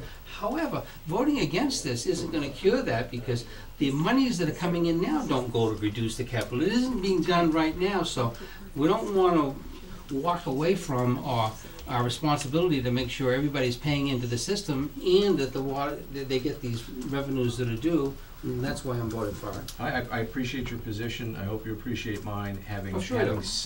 having gone through this once before. This. It has an unsettling feeling to you. No, it doesn't have an unsettling feeling. It's measure twice, cut once. Okay. What I'm concerned about is why is the recharge only $90 when in fact everybody else is paying $187? Well, I don't wanna belabor this because I do Well, I wanna just call the wanna- question, but yeah, but I we wanted to went ask the through that. If Lee wants to answer it, we went through that a couple weeks ago, just in I terms We went of, through that, you have the paper here that showed you, Yeah, I because have people it. are paying the I was extra looking charge. at- But the I was other paying the higher question rate. that, can I just answer, Quick. Steve, one, real quick? We came up with this. This is what we were planning on doing at town meeting. This had nothing to do with filling a budget gap. Chris and Mary came to our meeting in September, after we had started on this already. And then they said, you have this budget gap, and you have to show exactly how you're gonna do it. And we said, well, we have this increased revenue coming in because of the weather. And they said, no, you can't put that in, you have to put something else in. And we said, we have this coming up at town meeting, and this is what we're projecting. And Chris says, Mary said, that's what the state will accept. It wasn't our plan to put it in, but we were told that's what the state would accept. We were putting in our excess revenue, but that is not acceptable to the state of Massachusetts. So this is, that's the only reason that is put in that way, in that handout I gave you. I'm At like our Chris. last meeting, it would have been helpful to hear that. Thank you, Right, Chris. other than that, Nope, Thank you, okay, Lee. I'm gonna call, can I call the question? Yes, all right. So we had a motion and a second, on recommendation of Article 8. All those in favor of recommending Article 8 to town meeting, signify by saying aye. Aye. Aye. All those opposed? Nay. Karen, did you vote?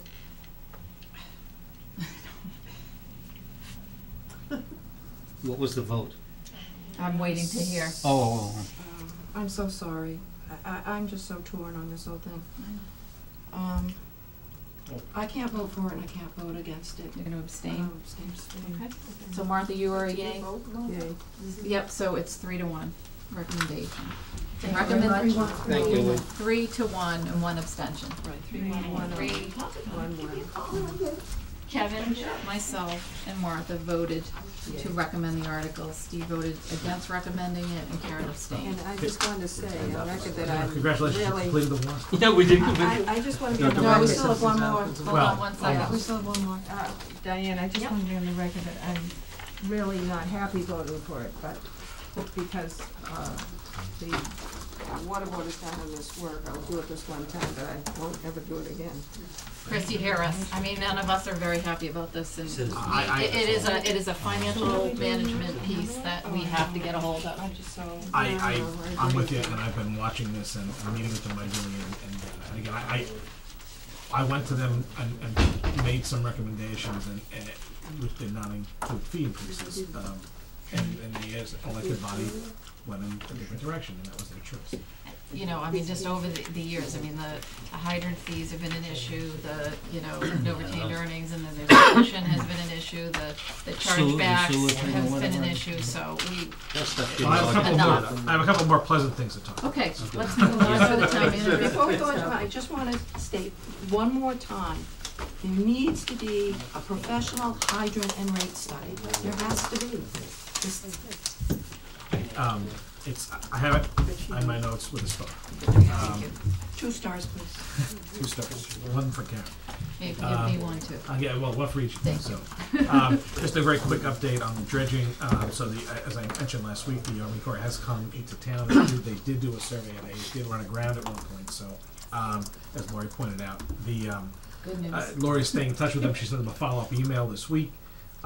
They did say it would take a couple weeks before they came back. So, because they have to assess the data and then determine what they can do. So we're following up, and we'll follow up again next week. Good, and just keep us posted on Yes, that, please. exactly. Thank you. I happened to be down at Government Island when Lori showed up during the storm, and we both sat there and watched the water breaking over the sandbar out at the 3rd marker.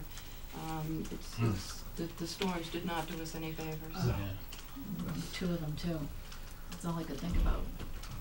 So, if the MAPC executive director does come south to visit us, I will let you know, and we'll see if we can set something up. You did at some point express an interest in doing another tour of the South Shore Vocational Technical School. I will ask Tracy to work to set something up if you'd like to do that again while they're still in session for this semester. But we also got that invitation. I know, but that's Saturday. Did you see that? You may not have. Open house? It was an open house. Oh, all right. We talked about during selectment comment period. Sorry, so I was You were I was otherwise lassoed. engaged. Yes. Okay. Oh, yes. You have our packet, right? Yes, I do have it in the packet, so there you go. So, but if you want to do a tour separate and apart from that during their operation, during the day you don't get a tour or see their facilities, let me know and we'll set something up with Tracy. And I think there was an interest potentially in touring the Norfolk County Agricultural School. Yes. Yes. So if there's an interest in that, I'll ask Tracy to see if she can't work with Kevin to set something Yeah, up. that'd be fine. as a liaison.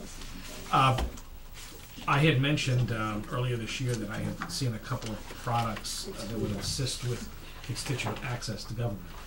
One of them was called Seek Click Fix, which has been around for a while, and it's a mobile device based piece of software that you see a pothole, you take a picture of it, you send it off, or you get into the site, you take a picture or identify it, you send it to the municipality, they respond, they follow up. The state, Boston was the first big community in the state to really go with this. They created their own program with that as a base. The state liked it. They've dubbed it Commonwealth Connect, and they rolled it out to the MAPC. Well, when I was at the MAPC meeting last week, there was a table. I said, "Hey, I'm interested." I had mentioned to you about this back in June. Okay, they sent me the application form. I filled it out. We've been accepted. So Cohasset has been accepted into the Commonwealth Connect program. We're receiving a 50% grant for the first year, which will reduce the cost from $5,000 to $2,650. So that's a great deal for this software. And Do we're we have gonna, money someplace? yes, I can take it out of the Use it. performance management Okay, great. money that was already allocated. And we will. I'm looking to start preliminary work this year. The grant requires us to do that, and then begin to start rolling things out with Public Works. I think is our first target in early next year. So I will update you about that as we go forward, and maybe one night we'll have a chance to just show what the software looks like a little bit. But it really is. It's been used around the state. It's really. When I was doing performance management a decade ago and 3-in-1 and constituent access, this wasn't there. It didn't exist. I mean, it's amazing how quickly things have changed even in this world. And the software has been very successful. They're based in New Haven, I think, actually, the company. But they've become, they've been rolled out in 60 communities across the state. We'll be one of the first ones, I think, on the South Shore. So it'll be exciting. So Great. good news. That's true. And I'll let you know as we go. One of the other nice pieces is not only can you track, but you can run reports. Things that we can't really do now, so it'll be fun, I think. And I do want to mention one piece of staff news. Our Board of Health agent, Felix Emmel, has resigned. I accepted his resignation yesterday. I am working with the Board of Health to discuss both an interim solution and then a long-term hire. So I just wanted to let you know that. And again, it was amicable. He just wanted to move on to do something different. And so I was on the phone with Dr. Chapman today, and I'll be working with staff to fill this in. So. Thank you. You have another piece of staff news, don't you, from the DPW? Oh, yes. So I thank you for reminding me, Karen. So I think I might have mentioned this in passing to a few of you. So I was very fortunate to be invited to attend on Friday the celebration of Tony Sestito's 44 years in the town and his retirement. So it was very nice. I very much appreciated. He's pretty much avoided me for the.